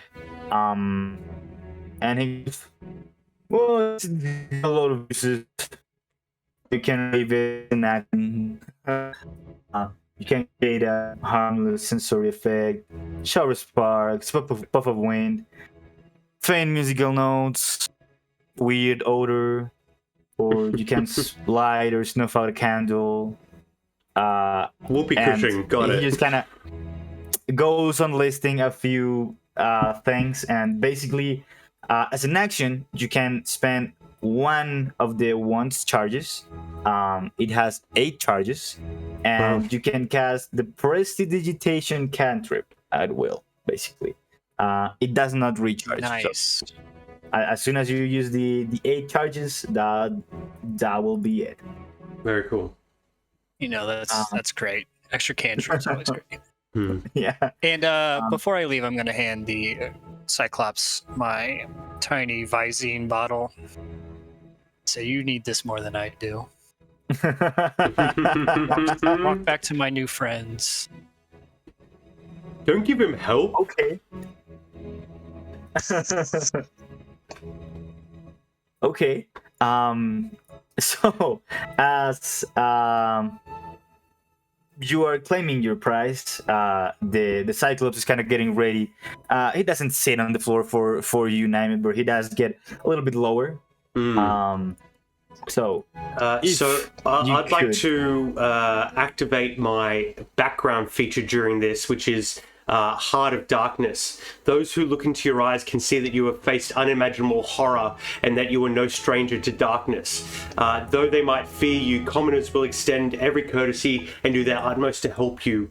Unless you have shown yourself to be a danger to them, they will take up arms to fight alongside you should you find yourself facing an enemy alone. Essentially, I'm hoping to get advantage or give the guy disadvantage to look into my eyes of unimaginable darkness and horror. Okay.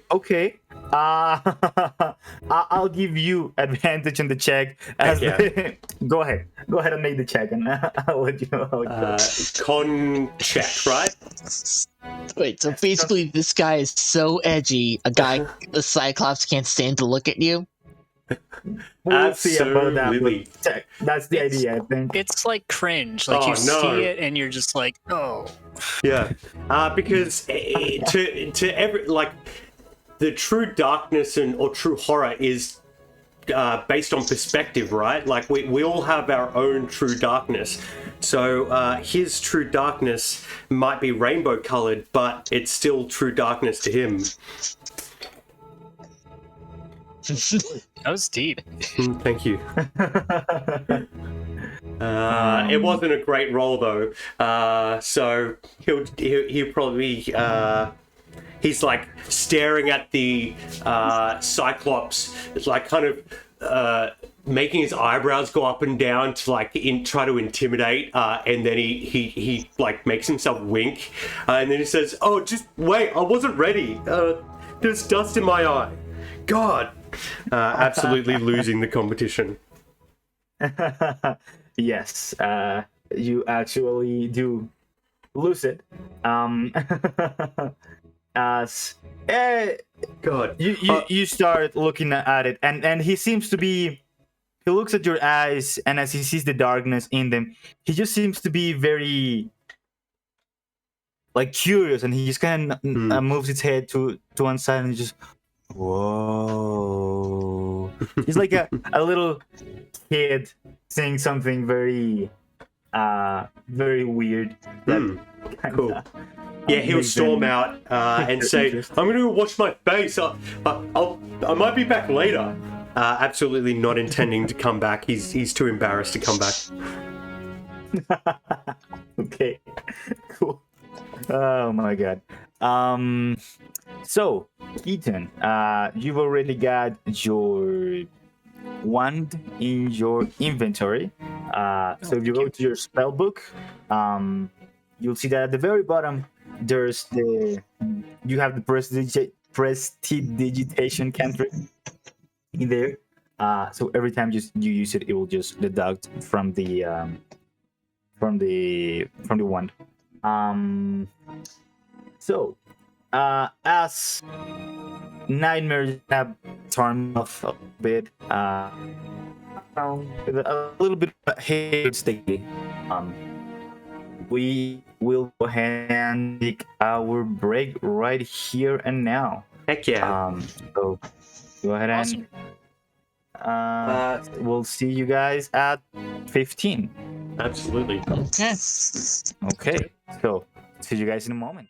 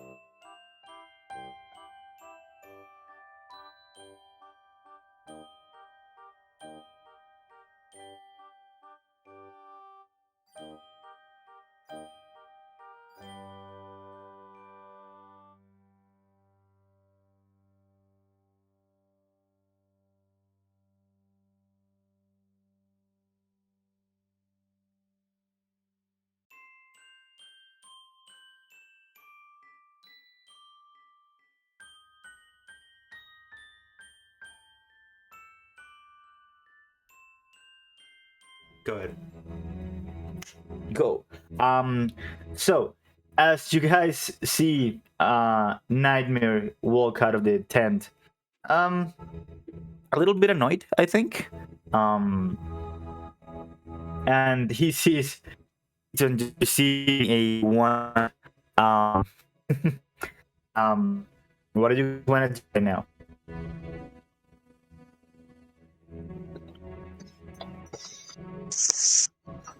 Well, guys, anything you're dying to do? I think that bubble pop was pretty sweet, but happy to do I'd more love to- games or I'd love to. Yes, let's try this. Those bubbles seem like an amusing jaunt, I suppose.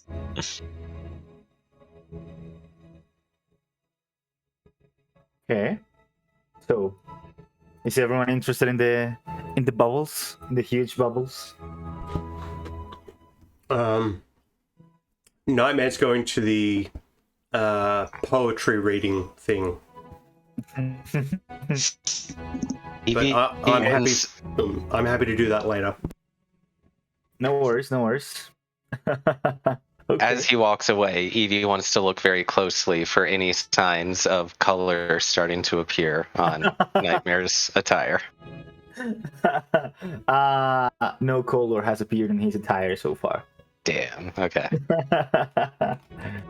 It's going to happen when Nightmare least wants it to, so, just wait for that. Like he's still trying. Like he's finally gone. Like so.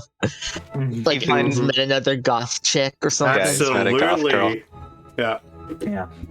Will be Couple of great. months. Couple Or a of goth months down the boy. road. We don't judge. right. Yeah. True. Very true. He is currently You know on the what, rebound. I could go for. Yeah. Oh, he's on the rebound. Mm-hmm. I could go for some poetry. Some. I'll see what you got. Oh, Maybe I'll God. participate. Okay. So you two are going to the known poetry contest. Yeah, I just did something, though, so if you want to do the bubbles first, please, absolutely go ahead. Yeah, Hey. and No one was saying anything, so I just spoke up. If we want to do some other games, I'm down 100%. Yeah. Play some objects. okay. Yes, Okay. I'm that after and. Okay. So you two are doing some practice. Fergus, do you want to keep going to the bubble pop teapot, or do you want to participate in another activity?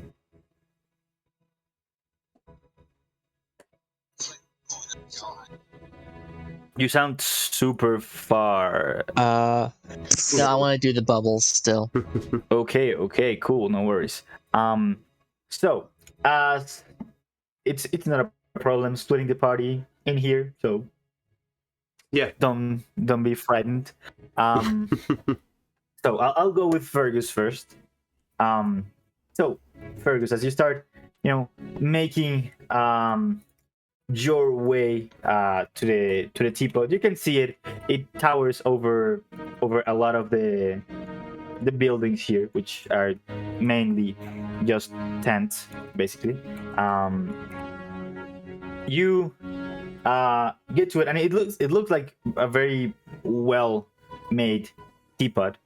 And it's kind of weird that it doesn't work as a real one. I mean, you kind of expect to see tea being poured out of it, basically. Sorry.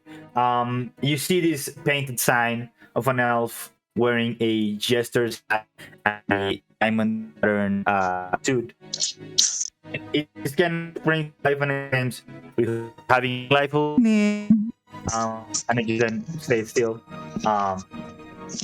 You get to the teapot, and it rests on this wooden platform. Its painted surface, it's whirling, and it's kind of moving imagery of flying dragons breathing streams of bubbles, basically. So it's just instead of fire or ice, it's just dragons breathing bubbles. There is a door at the base of the teapot that allows entry to the interior. And as soon as you enter, you see someone enter, and you see them come out of the place where you would surf, and Spout. they're just floating on a bubble. A spout. There you go. And there are like about 7 goblins just sitting around the platform, just kind of sipping tea from porcelain cups. The ride costs 1 ticket. So I will walk to the goblins and say, I'd like to try these balls. okay, give me 1 sec. And you see one of the feral goblins. He's doing these red jello butterfly wings. They're kind of because they're a goblin. He carries a string of teaspoons on his belt, almost as if it was the belt itself, just teaspoons. And as soon as you approach and you see that you want to ride the bubble, the guy gestures and points to a sign on a table that just says, "The word that you intend to say, try saying it a different way."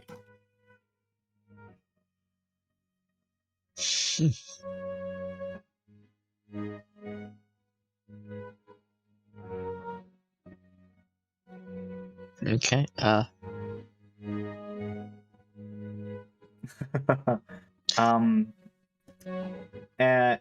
And he just goes, we don't like using words as normal. Just kind of winks at you. Okay. I desire to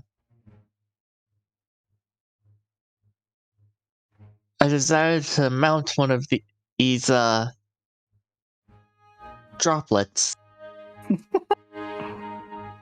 You Yep. see, he grabs a little pouch, a little for him. He opens it, and it seems to be leaves. And he goes and kind of shows it to you.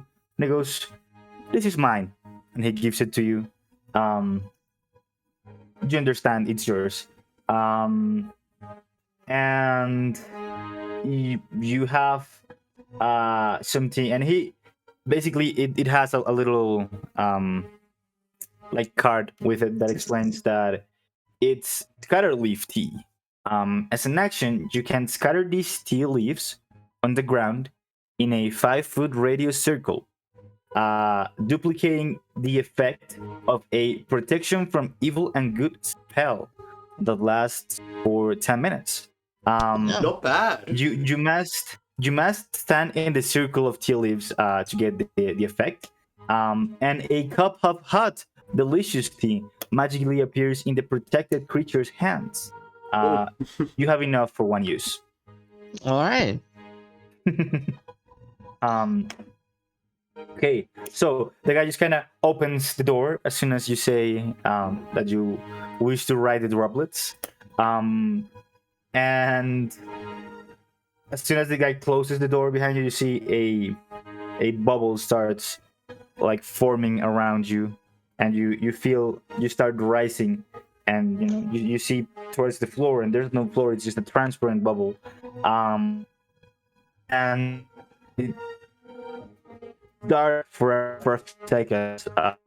You're through the small pot, teapot, and go ahead, and as you start, just boop, you feel the bubble just wiggle a little bit as soon as it actually leaves the teapot, and you are around 20 feet up from everybody else, and you can see the festival and the carnival, a little bit with a new perspective, and everything looks very very weird from out here, but also very colorful, and everyone down there seems to be having fun. There's people, there's kids running, trying to catch some bubbles.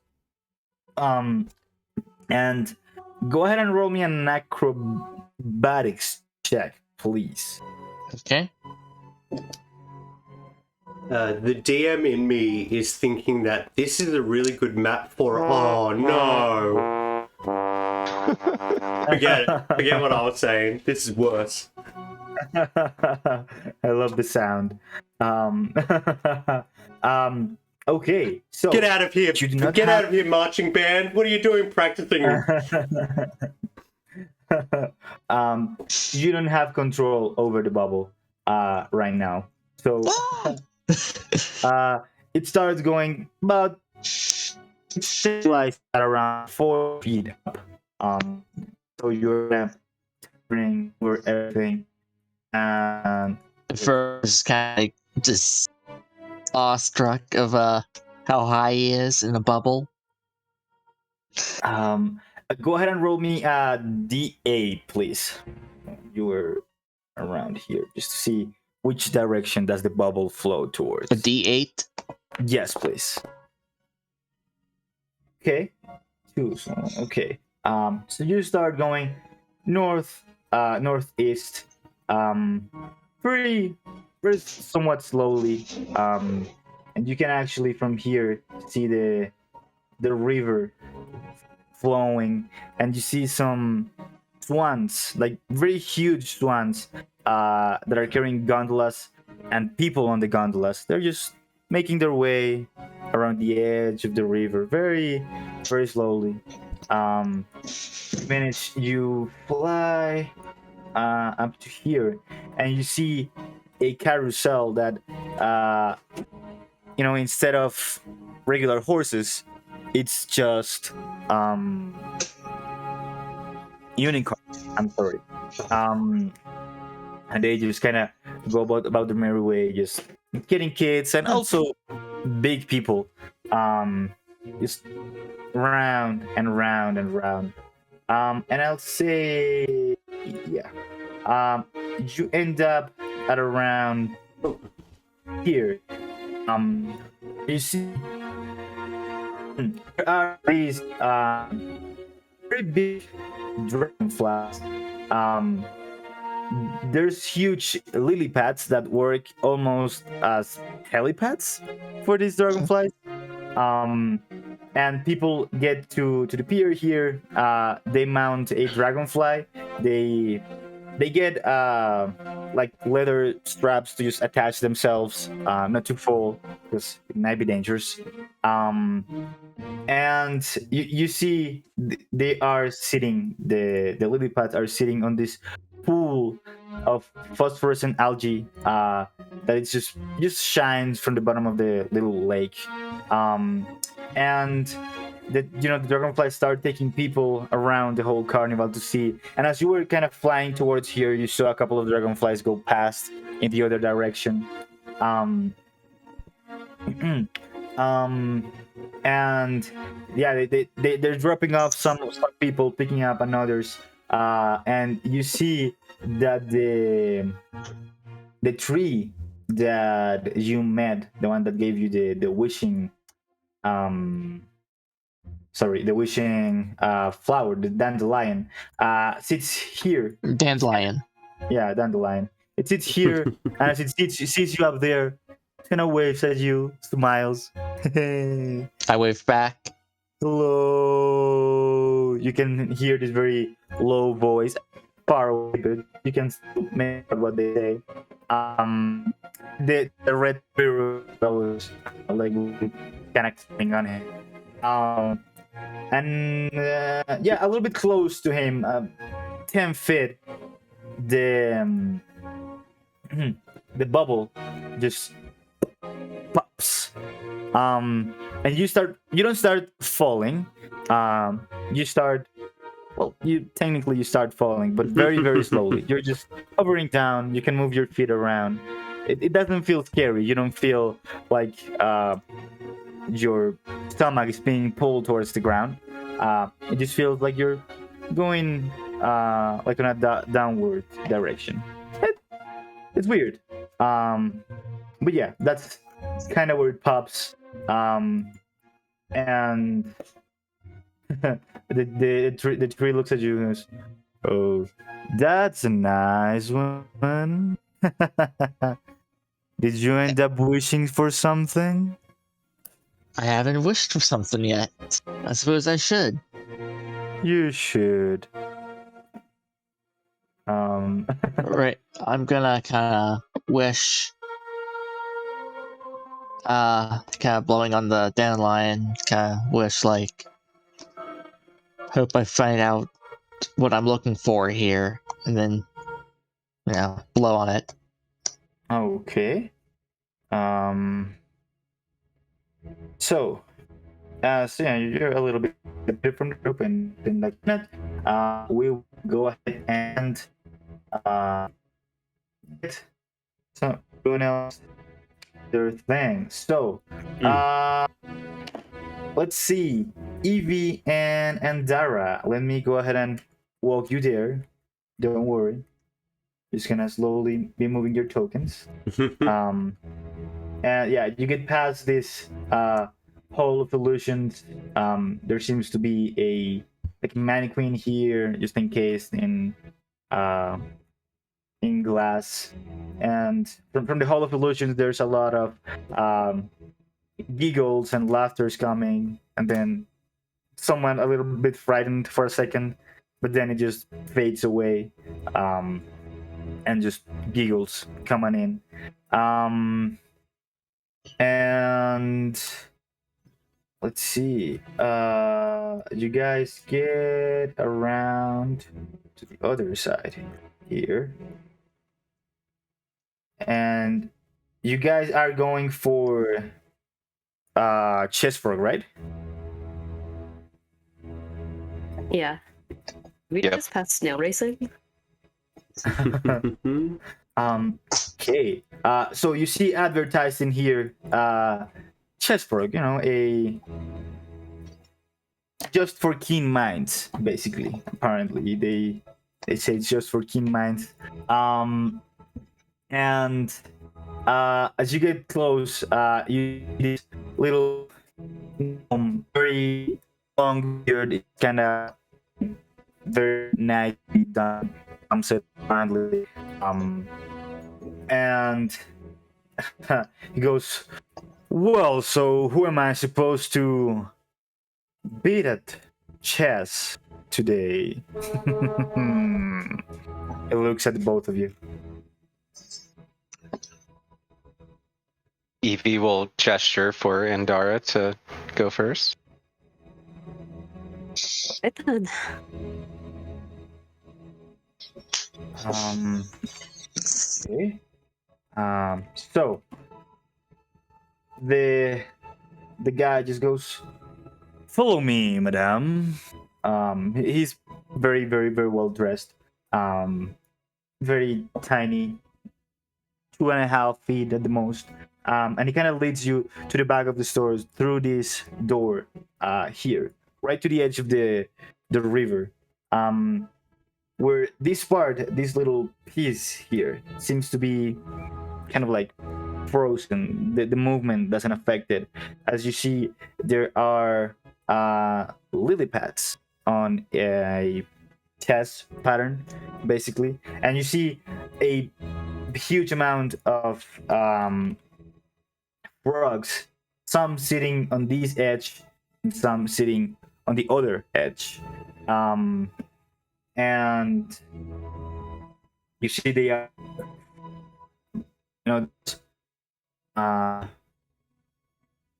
16 for each color of the chessboard, if my math is not wrong. And you see they are all dressed up as kings, queens. The ones that are not using anything are used to signify pawns. and some that just like a tower and as a horse and everything. And as the gnome gets in, he goes, "Let's get to work, guys." And he crosses over to this side of the water. He just steps in the water. The water doesn't seem to. He seems to walk over the water. And as everyone gets arranged, let's go ahead and make some. You're on this side. You're controlling this side, and they just respond to commands, basically. And we'll go and make 3 intelligence checks. Contested. Yours against these guys. Code to D4. Exactly. Yeah. I think it would be a cool video game if they combined a chess with Frogger, where you had to like cross a river on moving things, but it's like chess pieces. That'd be wild. Okay, so let's see. Right, a good game. Okay, you open, to get import pieces the very beginning. Just setting up the stage for a little bit later. And let's go ahead and make a second one, basically. 2 out of 3 wins. On a side note, does anyone here actually play chess? Or I little. like it. I've played a lot, but I'm really bad at it. I have. Against I read bots, that. I can do like 1100-ish, 1200-ish. I'm pretty sure. That's pretty good. You're much better than me. Against bots, playing against human, they are, like neural bots, but it's still different than playing against humans. I will readily admit that. Yeah. I've never played it before, so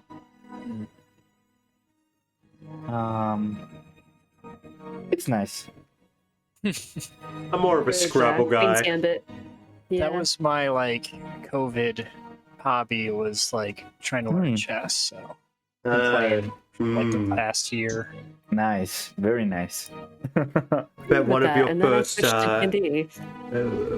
one of your first COVID binges was Gambit, Queen's Queen's Gambit. Queen's Gambit. Yeah, That that's was what really sparked good. it. I watched that and I was like, It I used to love happened chess to a when I was lot of younger, but I people. didn't really know what the fuck I was doing. I have 2 housemates who have 3 chessboards now between them. Ridiculous. Long take hallucinogenic drugs. Healing. Right. So anyway, my mid game was pretty rough. I made some sacrifices that did not pan out. Yeah. So let's go ahead and make our last rolls. See who gets it. 1, 2. Yes, Oh Queen. boy. Oh, I thought that was. Oh, yeah, I thought that was their too. Okay, the skulls is bad. Skulls bad. Bruh. You blundered mate and won. Yeah. Yeah. You make a very big, great opening move, and you're like, yeah, I got this, man. And then it just goes downhill from there. And as soon as when they when you eat a piece, when you kill them, the frogs just pretend to faint, like, "Ugh," and fall in the water. They swim to the edge of the river that they belong to.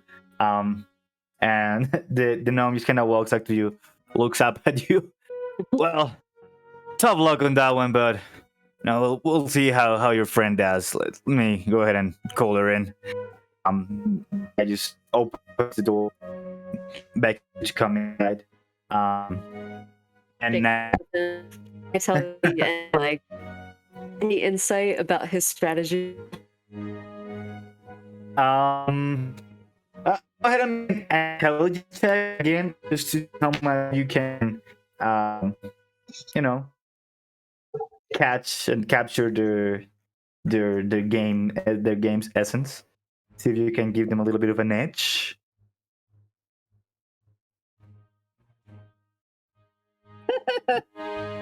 we go. Is that earlier? There we go. I'll say you can give Evie advantage on 2 out of the 3 things. Heck yeah. You can choose before she rolls each one if you want to give them the 2 advantages whenever you want them. He Strategic. plays really aggressively, but watches F file. He leaves that open a lot. Evie will nod, and she was already feeling kind of confident going in, but now she's gonna feel very confident. Nice. All right. Some chess. So yeah, you see the frogs there just kind of set up again, and they have the ones from the gnome. They have this confident look on their face. If frogs could smile, they would smile. They look cocky right now. So let's go ahead and make our first roll. Do you want to make Evie advantage one or the 2 next ones? If it's next one. Okay. So, intelligence check, please, Evie. Let's go ahead and roll it here. I've already got it here. I feel like with a big frog mouth, frog people should be able to smile more than any other creature. Okay. Maybe without You teeth. gotta- Does it have teeth? Oh, did I roll twice? What is going on here? It looks No. like I rolled twice. So I just saw it. or 20. Oh, I saw.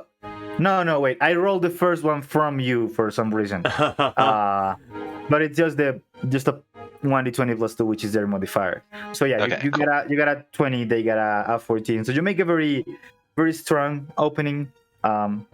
Manage to capture a very few key pieces at the very beginning. So let's go ahead and make the last 2 checks, which you are at advantage.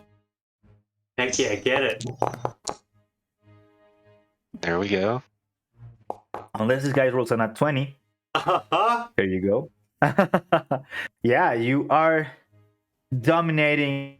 And you at this point, you already have your idea to make a checkmate move. But let's go and just make the last one, just to see how ruthless you go. You're like, Forget frog teeth. Is this guy sweating? Not ruthless. Let's see. yeah, you decide not to toy the guy. Like, okay, yeah, I don't wanna drag this on too long, and you make the checkmate move. And yeah, you win a prize for this. So go ahead and roll me a d8, please, Evie.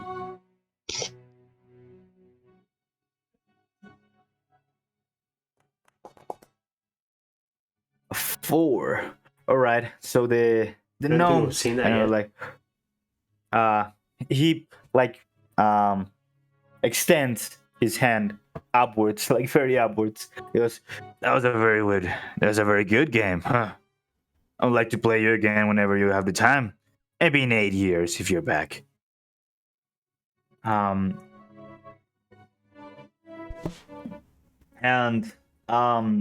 he just kind of grabs a bottle of wine from the counter that he has there, and you see it has a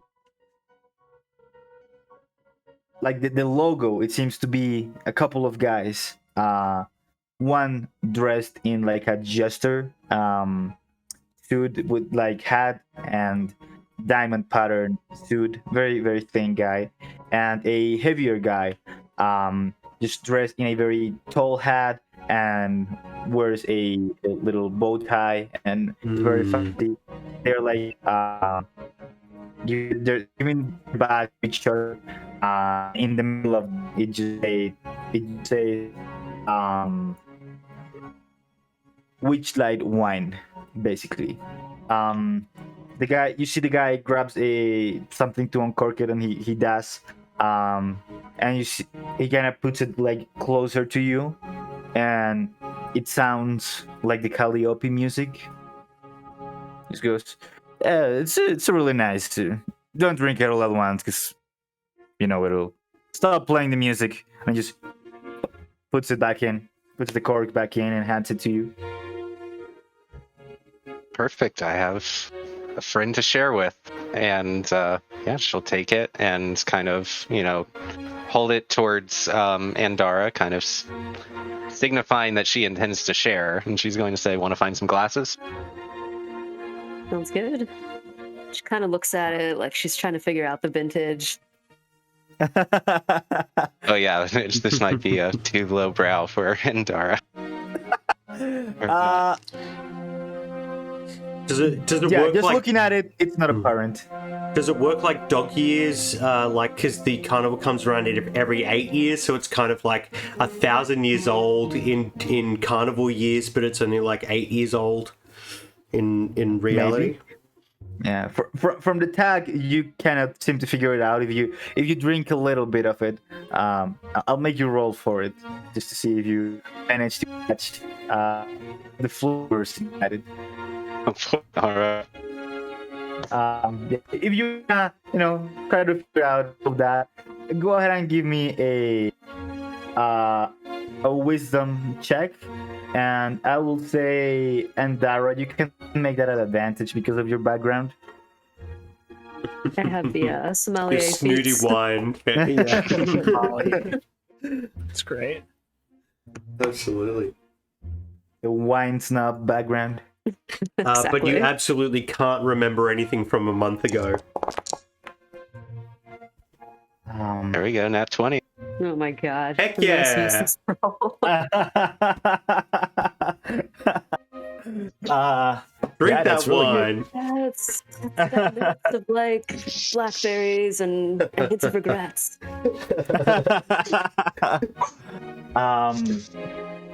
Yeah, this is very very fancy wine. And as you down it, it's just like, this is the best wine you've ever had. This might have been 200 years old or something like that. Might as well. Bit of earthy scents combined with floral. It's just joy for your throat as it just goes down. It's really good. And yeah, it makes a very nice scent. And as it goes down your throat, you kind of hear the music a little bit on the back of your ears, but when it's fully downed, you don't hear it anymore. It's not like you are now making calliope sounds or anything. Okay. So we've got well, first of all, yeah, it's been over a minute. So your bubble has popped at this point, Fergus. What do you want to do? You want to head back, try to find them, or what? Yeah, that's what I want to do. I want to try and find them. Roll a perception check for me, please. Okay.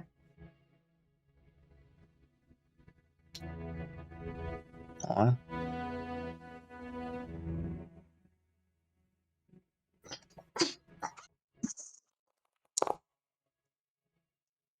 Okay, good.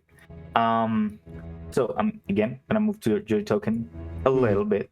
So you start kind of heading south. You're not too sure after you separated from them, what they decided to do. I mean, you have an idea that they were going to play chess and everything, but you're not too sure where that is, basically.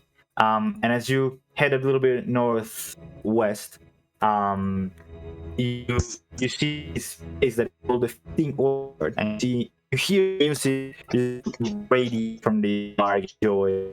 Sense of flowers, meat, and berry pie just come to your nose. People just kind of are walking around and they pluck fruit from the trees. There's musicians, there's just drumming, playing the lute, and just going with the flow right now. And everywhere there's like singing, there's dancing, and there is a crazy amount of custard for some reason. It seems to be the favorite thing at this little feasting orchard. But you're looking for your group.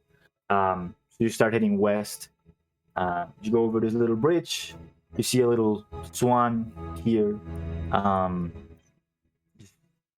moving with people on the gondolas and everything. You pass by the little pier that you see the swans start from, and you just start making your way. And I'll say you manage to catch them while they are playing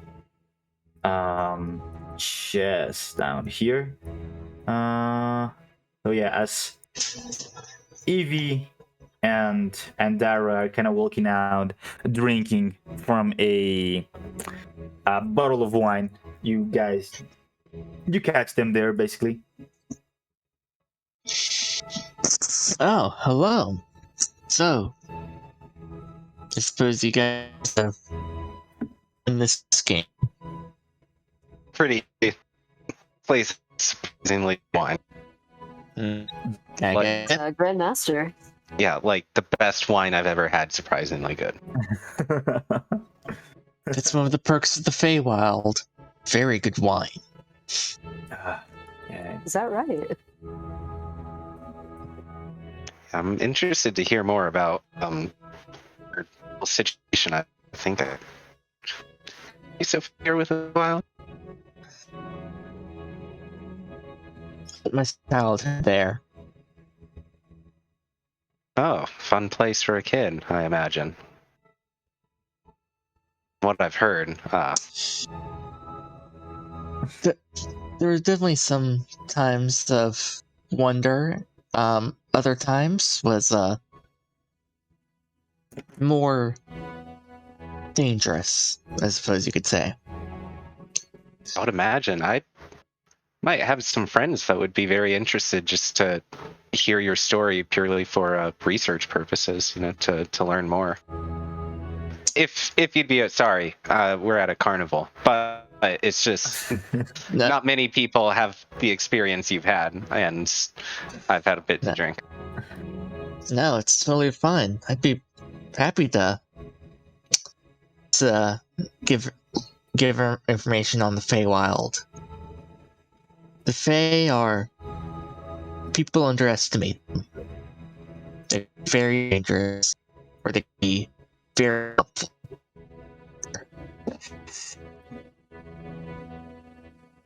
I suppose if a human had the same values and thought process, they hold mad.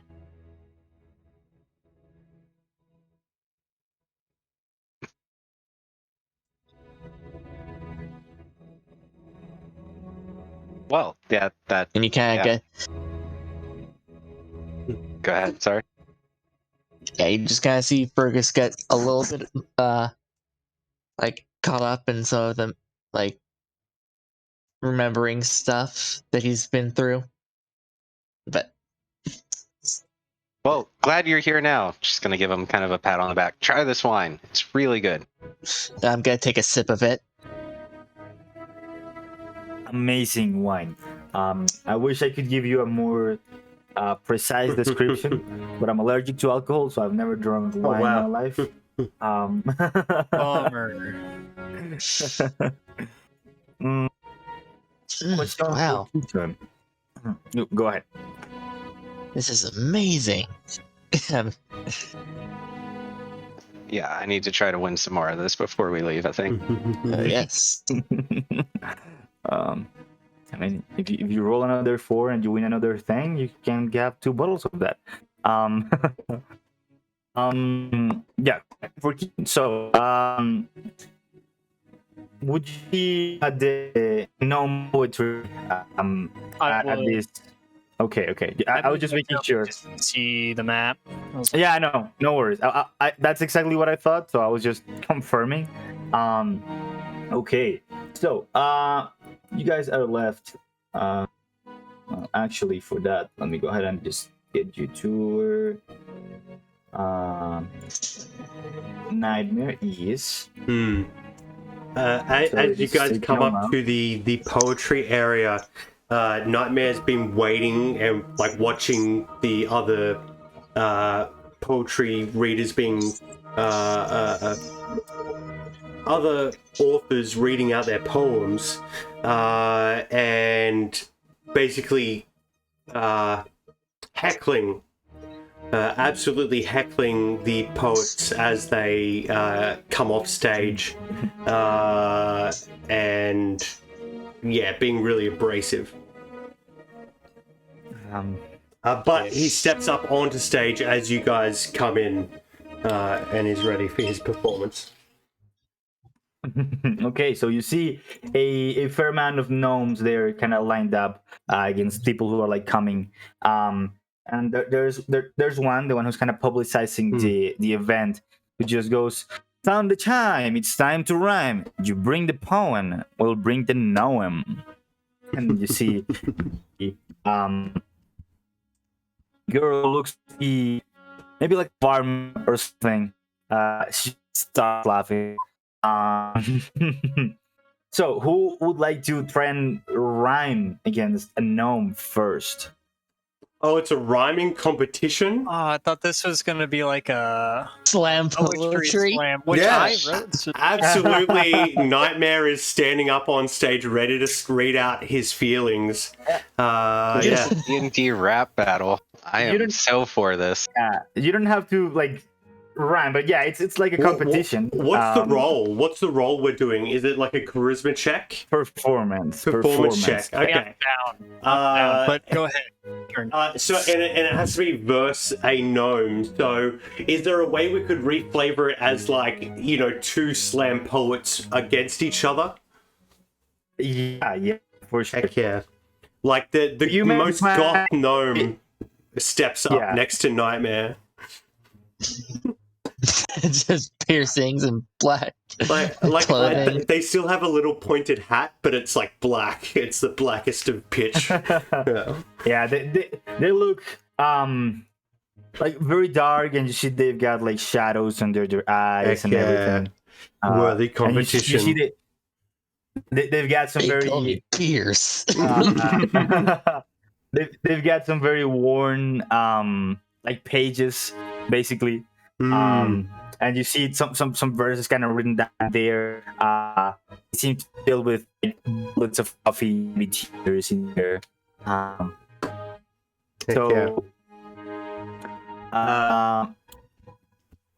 What would you like from me? You need to roll three successful performance checks. Heck yeah. In 5 or fewer attempts, basically. So you've got 5 attempts to roll 3 times successfully performance checks. All right. So the first one, I'm going to activate a guidance by praying to my Dark Lord Asmodeus to bring me strength and allow me to open up my soul and bear the immortal darkness to the world right now. We're bringing his word to the world, so of course. That's right. Okay, cool. So let me get my character shit up and I'll do it from there, because then I can do a D4. That didn't work. Performance plus 1D4. So as he steps up on stage and starts his performance, he speaks up and says, "When I was a young boy, my father took me into the city to see a marching band." And we'll make his first roll. 12 altogether. Okay. Let's see the both the other. Okay. And he just kind of, after you're done, he just responds with a what tries to be a very dark poem, trying to capture the gritty things about the Feywild, but everything is so whimsical and like it sounds so fun, and like he was having a blast A good the whole time. time. Like, yeah. Inside Nightmare, he thinks, I admire his commitment to the darkness, that he can find so much joy in it. As Nightmare continues to speak, he said, son, when you grow up, would you be the savior of the broken, the beaten, and the damned? Oh, come on. Okay, let's see. 1d20 plus 1. Stop me if you've heard this one boy. before. Yeah, he just kind of interrupts you as you're and he keeps on going, and people seem to be enjoying a little bit more the more whimsical, funny story. Meanwhile, they can't freaking stand you. Yeah, absolutely. Nightmare starts trying to speak louder and louder as this guy is getting more and more attention. As he tries to continue, he said, will you defeat them, you demons? Well, guys, come on! All you non-believers, what's happening? And I'll roll the last one, but I don't think I'm gonna get it. Let's see. Did that work? There we go. Yeah, he's just like, because one day I'll be a... I forgot. Damn it! I gotta start over. Let's start over. Let's see. Oh, Hey, that's fine. They barely outsmarted you, and people start booing you off the stage as you. That's 1, 2, 3 failures. Oh man! And as he gets that last failure, he notices that the rest of the group have just walked in. And really gets in a bad mood. Just like, God, this sucked. It was rigged from the start. They're racist. Of course they are. Of course. Jesus Christ.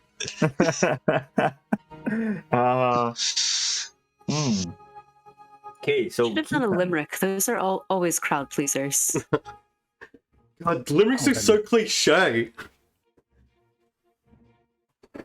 There once was a man from Waterdeep who tried to cast sleep. I don't know.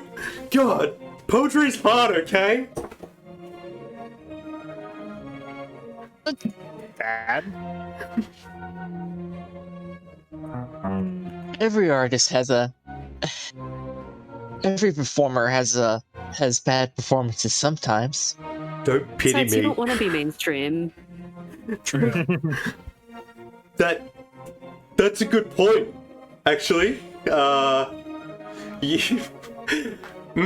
I won, I would be popular, and popular is bad.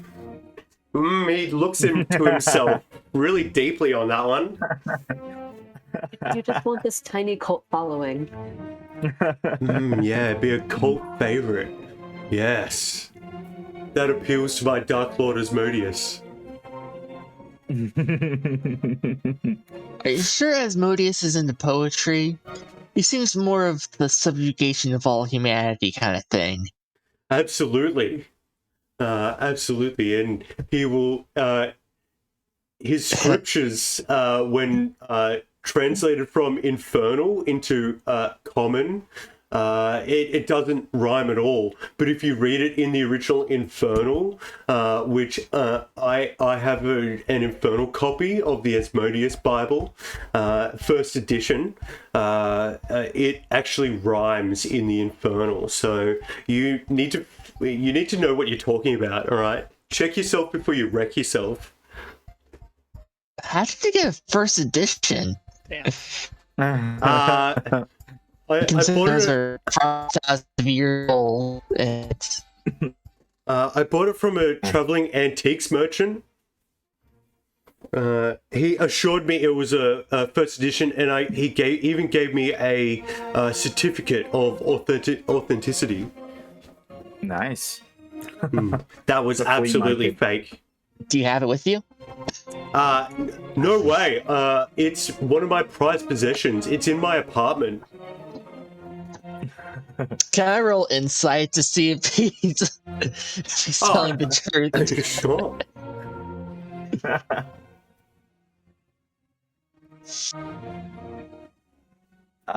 Keaton, what's been your reaction, after the Oh, I just had a little thing prepared that I would like to perform before starting my course. rap battle. of course. Oh, by the way, I rolled the 16. I would Okay. say to that you can tell he's telling the truth that he has a copy and it's at his apartment, but you would probably know that in the world there are people who sell like fake stuff like that, and he's the kind of person who would absolutely fall for buying a fake first edition Infernal Asmodeus Bible. I love it. Okay, so Keaton, you are up against a little bit more. No, I speak Infernal too. I could, Then you would know that he doesn't speak Infernal at all. He just bought the Bible on from this guy and has attempted to start learning it but it's like if you get an app to learn a new language and you just do it every couple weeks, like you don't learn anything. So he says he's fluent, but he knows nothing. I just say like, hey, how are... Nightmare. Tell me what this says. And I'm gonna say like... I'm gonna say, hi, how are you? Or wait, no, actually, I'm gonna say, I'm a big idiot in Infernal. I say, you know the Dark Lord's prayers? Yes, let us praise our Dark Master together. Please, keep speaking these true words of wisdom. I'm gonna repeat after me. Yes, I will. What? And he'll absolutely try to say it at the same time as you. Like he always knew what you were about to say, but do a really bad job of it. Right after that, I'll be like, What did you make him say? basically like, Okay, froze. Oh, an idiot. he sure is. Absolutely. Like, I take everything back. Asmodeus is a big Just say that butthole. to any. Yeah. Yeah. Just say that to any devil, and Oh, you'll. I will. Thank you, my fiend brother. I'm just gonna like just pat him on the back. As you see Keaton getting up onto the stage of sorts. Yes, and before we start, Mr. Gnome, please do me the justice of having 30 seconds to tell a story about my friend here that you just destroyed in a rap battle. Oh, my poor Nightmare, with a gaze so long, a 1,000-yard stare, in this short, sweet song I have prepared to tell you the tale of loss to the Cyclops you could not bear. Is this a roast? Yeah, very good. Very good. Yes. I was like, you know what? While they're playing chess, I'll just write some rhymes down. Okay. All right, now you, Mr. Gnome. So let's go ahead and roll off some. This is a different gnome, so we'll have a different modifier. Let's go ahead and roll performance checks. Contested, please. I want to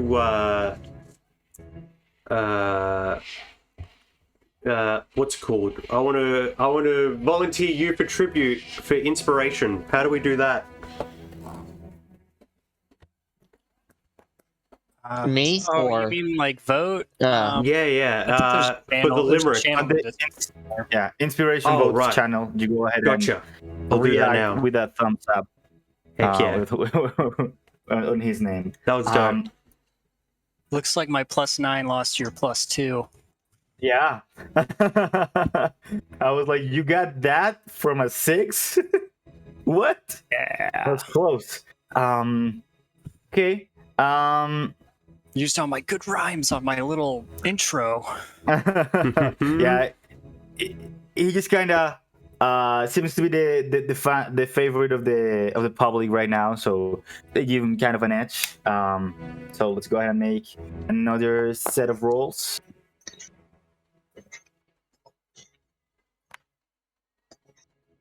Jesus, tied.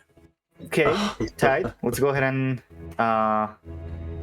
just settle that one. Yeah. Oh, So you heck got yeah. you guys are tied right now.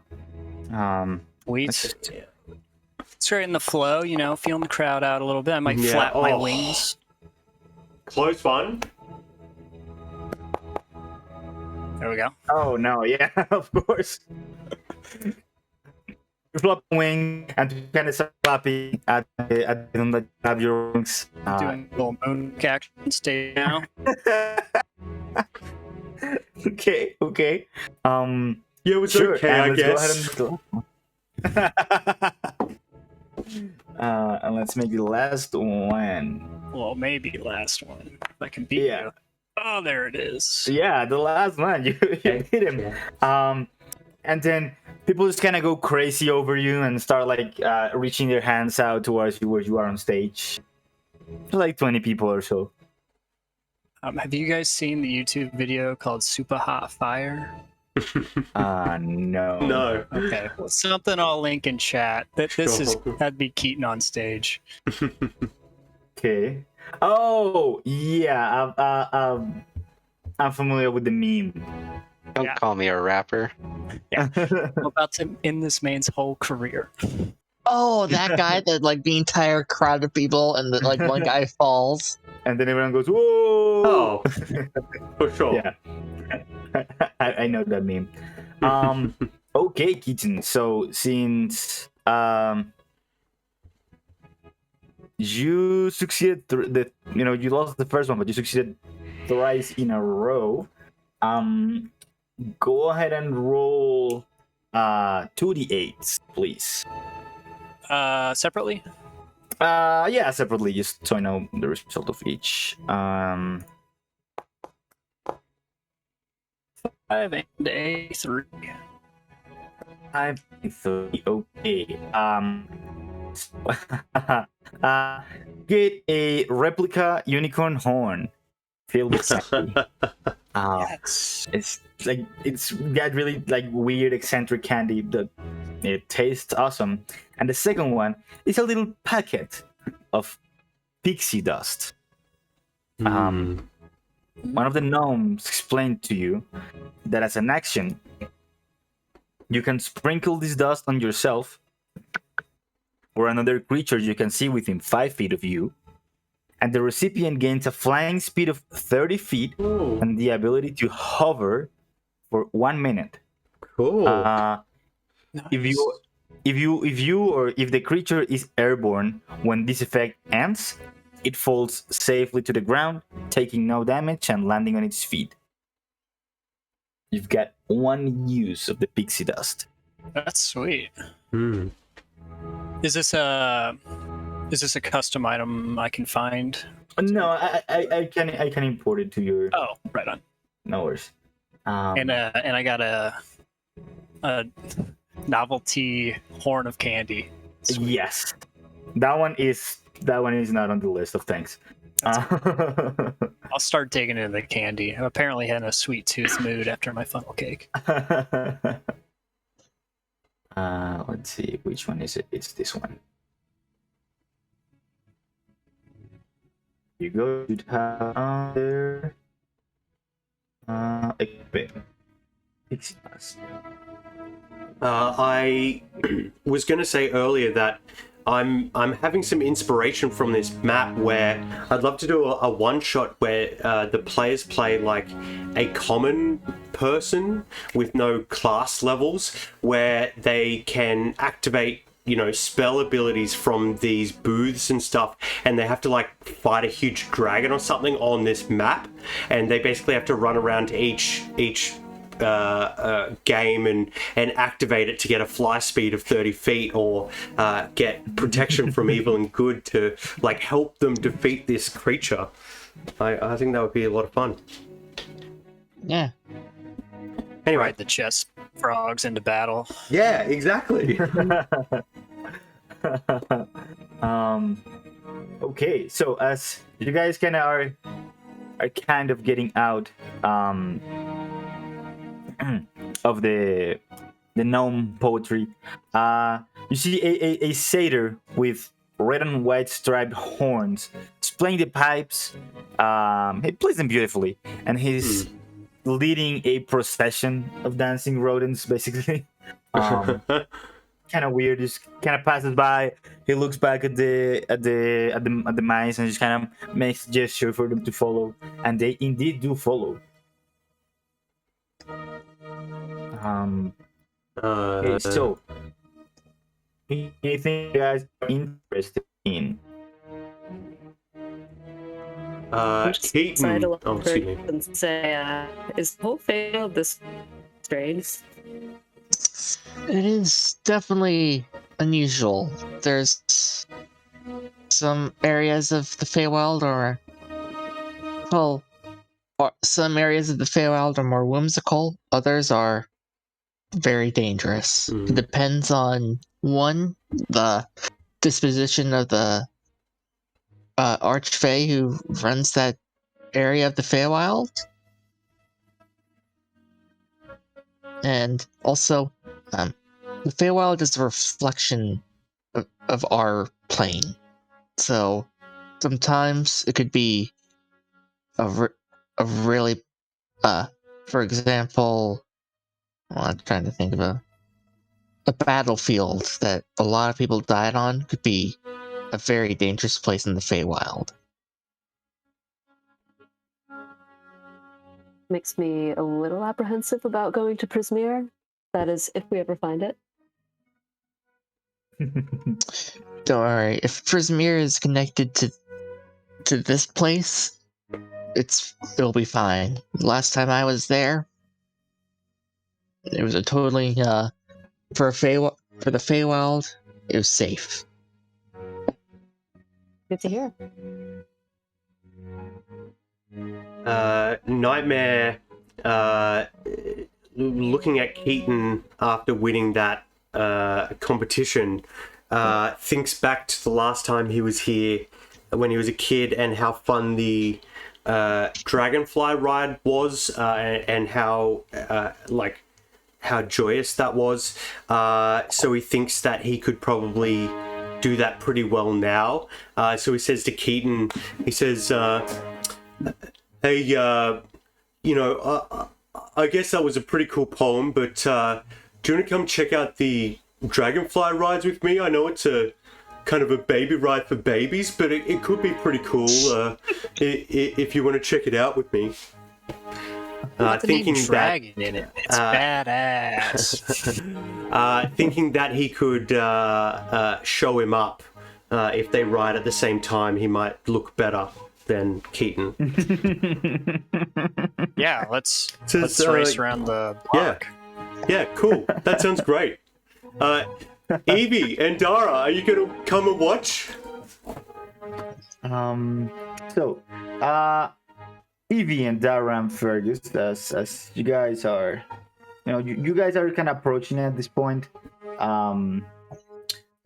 This and the chess was kind of happening simultaneously. Somewhat. Oh, sure. As you pass by the big tub here, you just hear carnival barkers there just screaming, "Big tub extravaganza tonight at midnight. Prepare to be delighted." Interesting. It's still around like 10 p.m. or so. Still a couple of hours to go. but yeah, you guys. I'll say you guys meet now. If you want to go to the Dragonfly Rides. Sure. Squeeze in a quick race. Let's do it. Yeah. Heck yeah.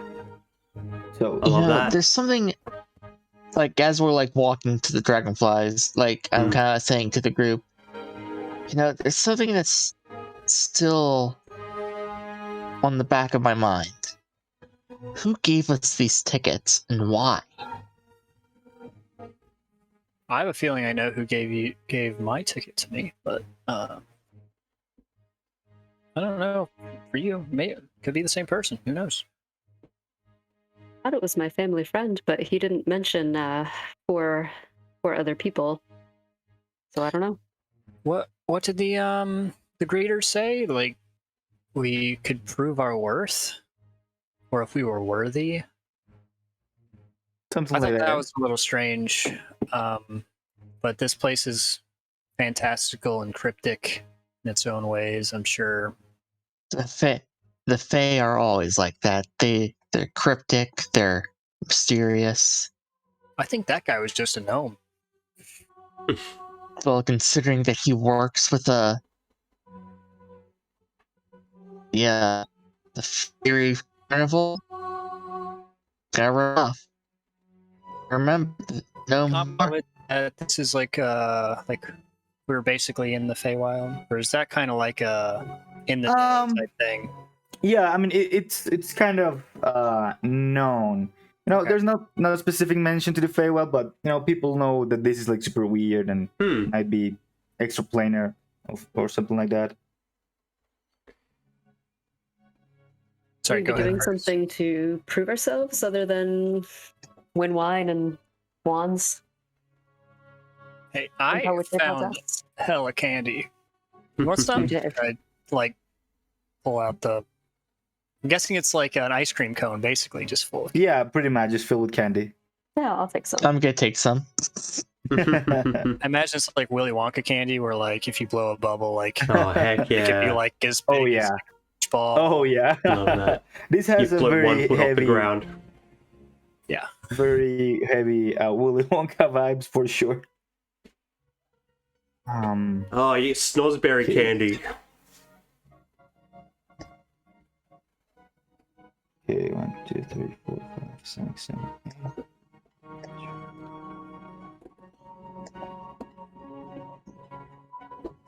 By the way, Keaton, did you punch your thing for the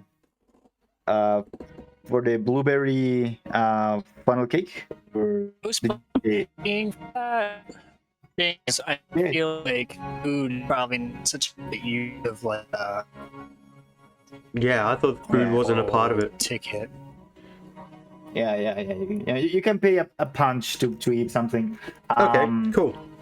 But yeah, so it'll be a silver, just to keep track of the coinage here. Yep.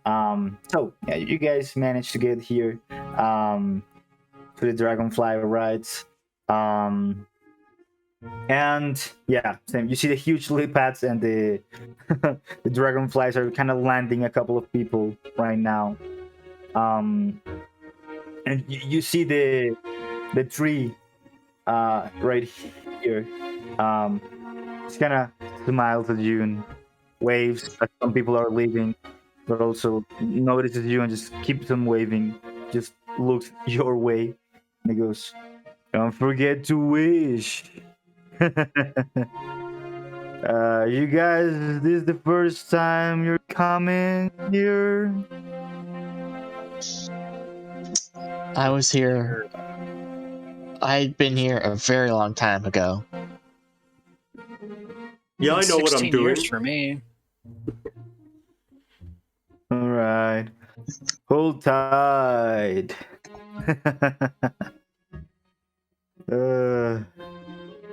This guy sounds like he's high. Jealous. He's a talking tree. Yeah, see that wilting willow? That's him. Like, that's his hair.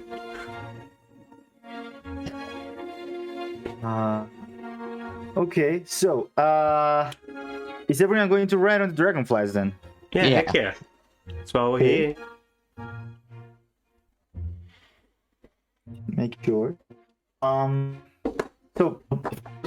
you can see punch. So you see the tree kind of waits for enough dragonflies to be empty, be without a passenger, and they go. All right, you guys can pass. And he looks at the dragonflies.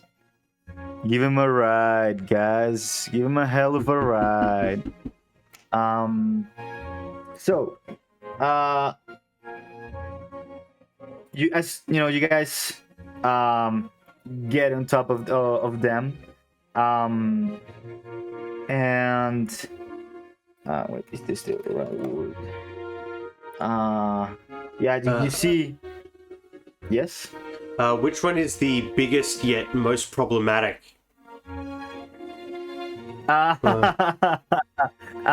It seems to be a yellow one. Yeah. Nightmare walks towards the yellow one.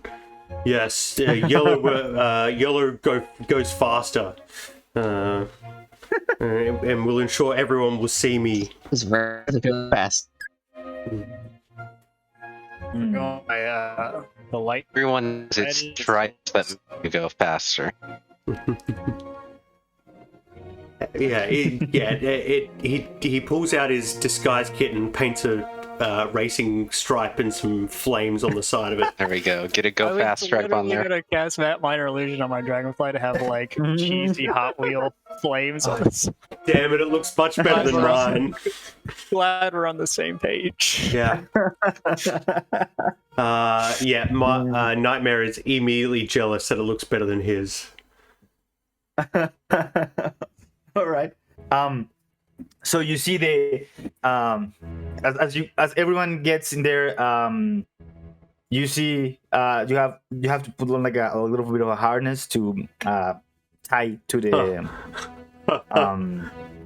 dragonfly, and the tree just goes, please fasten your harnesses. It's really important, guys. We don't want no accidents. And they start like shaking their wings real fast, almost like heating up their motors or something like that. And Nightmare, then go ahead. Nightmare was praying to Asmodeus for guidance while he was saying that and not paying attention and didn't strap himself in. Okay.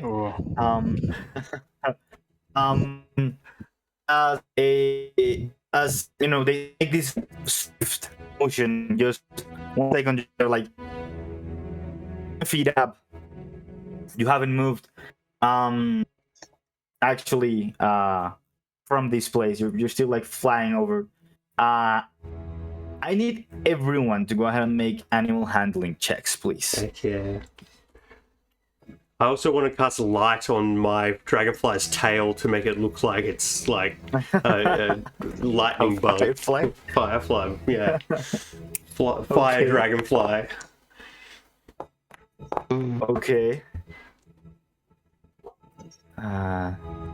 So missing. Excuse me? Nightmare and You're missing Keaton. mine. That's Nightmare. That's Keaton. All right. So,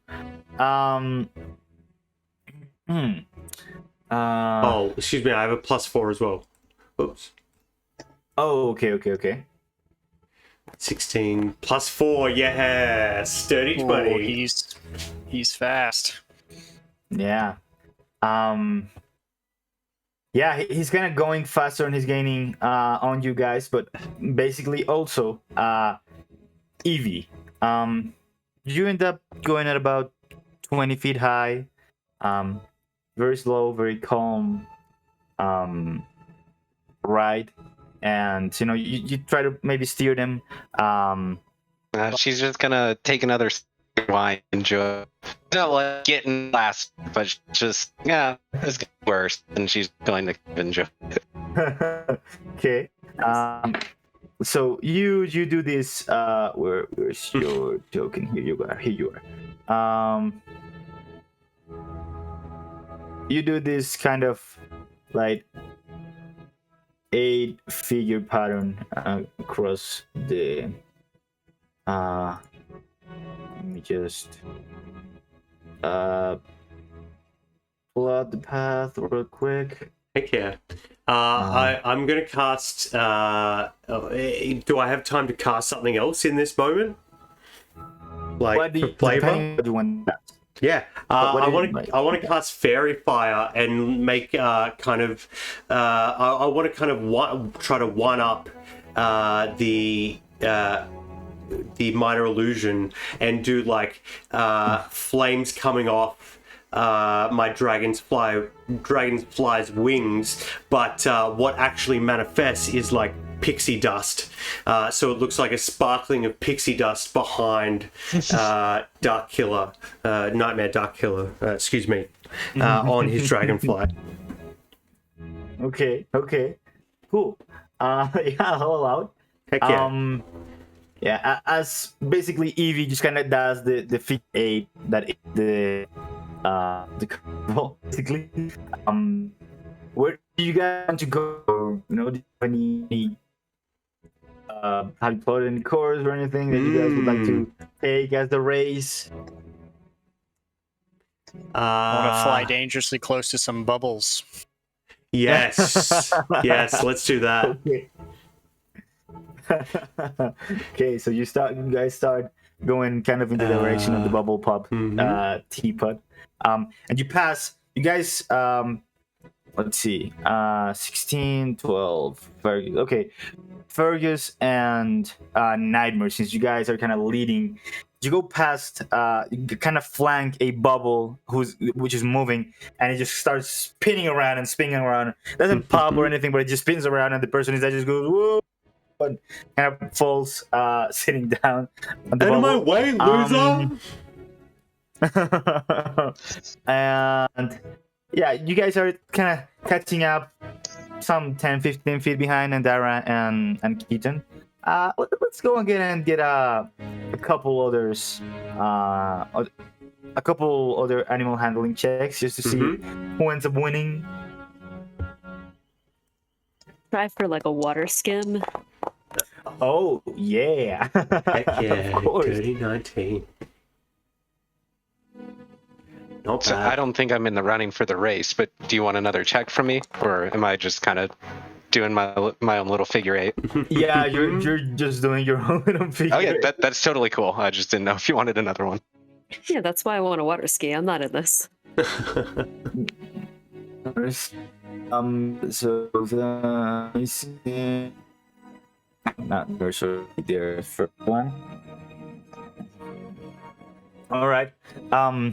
So Nightmare starts kind of like leading by another 15 feet in front of Fergus. And you know, Andara kind of takes a little bit path to the side, goes over the river, and the dragonfly gets like really close to the water. You see its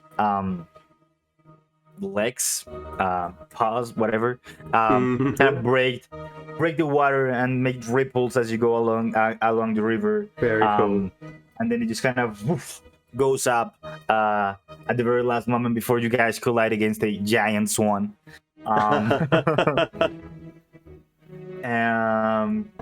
And let's see, let's make it just between Nightmare and Fergus. One last animal handling skill check, please. I'd like to imagine that Keaton had to stop in the race. Because all that candy. Wow. Oh no. It's all that candy. He's coming back up, and he's just gonna yak over the side of his. Can I make a suggestion with that Nat 1? This doesn't have to happen. All ideas are free, so take what you want and leave the rest. Could we be heading from the bubbles, kind of like Nightmare wants to show off and so he heads towards the mystery mine and makes it like, are you game enough, basically? Are you game enough to fly into the mystery mine? But he chickens out at the last moment because he's a coward at heart, and flies out of the way to, get the victory, so to speak. But Fergus goes into the mine. I mean, only Fergus is okay with that. Yeah, all right. I think that would be pretty wild, and we're in that kind of general area, so yeah. Okay, so you guys are kind of doing this Harry Potter and the Chamber of Secrets run. for Absolutely. Harry against Malfoy on the thingies on the outside of the stage. Sorry if you guys haven't seen Harry Potter. We're playing D&D. Like, come on. Instead of pitching that.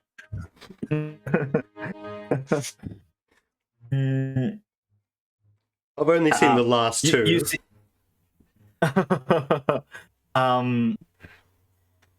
Okay. You get inside there. You don't trip or anything. But you see, there's just mine cards that are holding some people. They enter through the dragon's mouth, and you kind of enter like right over them. And Nightmare is super impressed. Like, Nightmare was kind of ashamed of himself for chickening out. But the fact that Fergus went ahead with it, he's got balls, man. Go ahead and roll me a wisdom saving throw, Fergus, please. Okay. Hold on. No worries, no worries.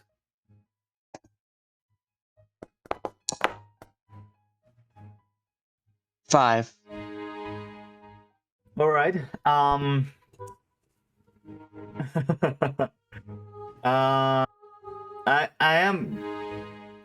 know this is kind of out of the blue. Could you give me a big fear of Fergus? I love this. Being stuck back in the Feywild, like forever. All right. As you jump into the mouth of the dragon, you realize that this is the portal that you have been looking for.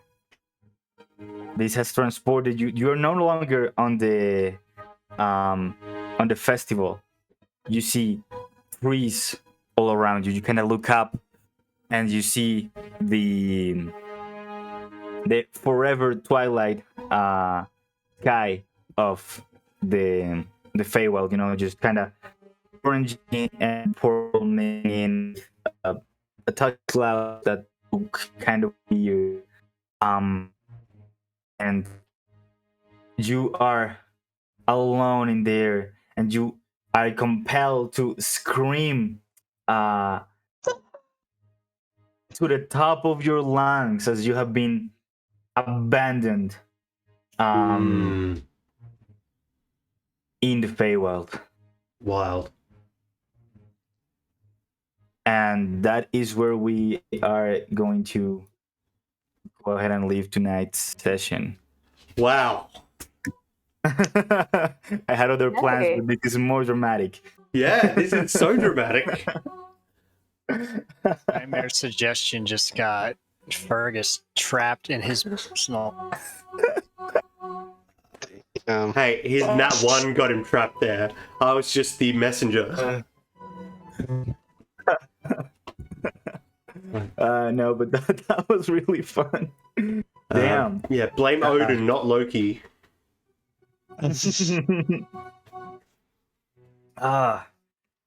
Woof. Okay, that was really so fun. Cool. So cool. Dude, Cam, that was such a good first session. Yeah. Thanks. Yeah. And everyone's really characters was. are great. Agreed. Yeah, I just wish I could have made it a little bit more accurate in that I could actually do an Irish accent. Oh. Hey, you can. You know what? I don't. I'm not. Already, I can't. Right. In my commute home, I always test that act for my character. I had one like Nice. locked down, and then I was trying to think of how to do it as we started the session. I was like, "Fuck, I don't remember." The act. It's like, how am I going to repeat this every week? Yeah, that's tough. I've been like wanting to try to get into a little bit of that, like more immersive character building, but accents aren't my thing. Sure.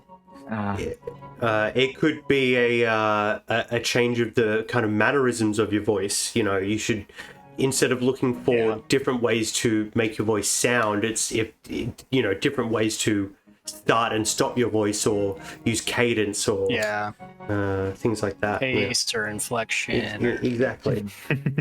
Yeah. Just a big monotone dummy over here, though. Yeah, it's fine. I don't know. I think I like doing them, but I always, that's what happens to me. I always forget like what they sound week in, week out. Sure. That's tough. Okay, so I'll don't forget to vote on the inspiration channel, absolutely. please. Thank you guys for wanting to be a part of this stream, and every week I feel like if all goes to plan, every week is going to be a step towards more quality. So please have patience with me as I grow and learn, and thank you very much for helping me. Welcome. I really appreciate it.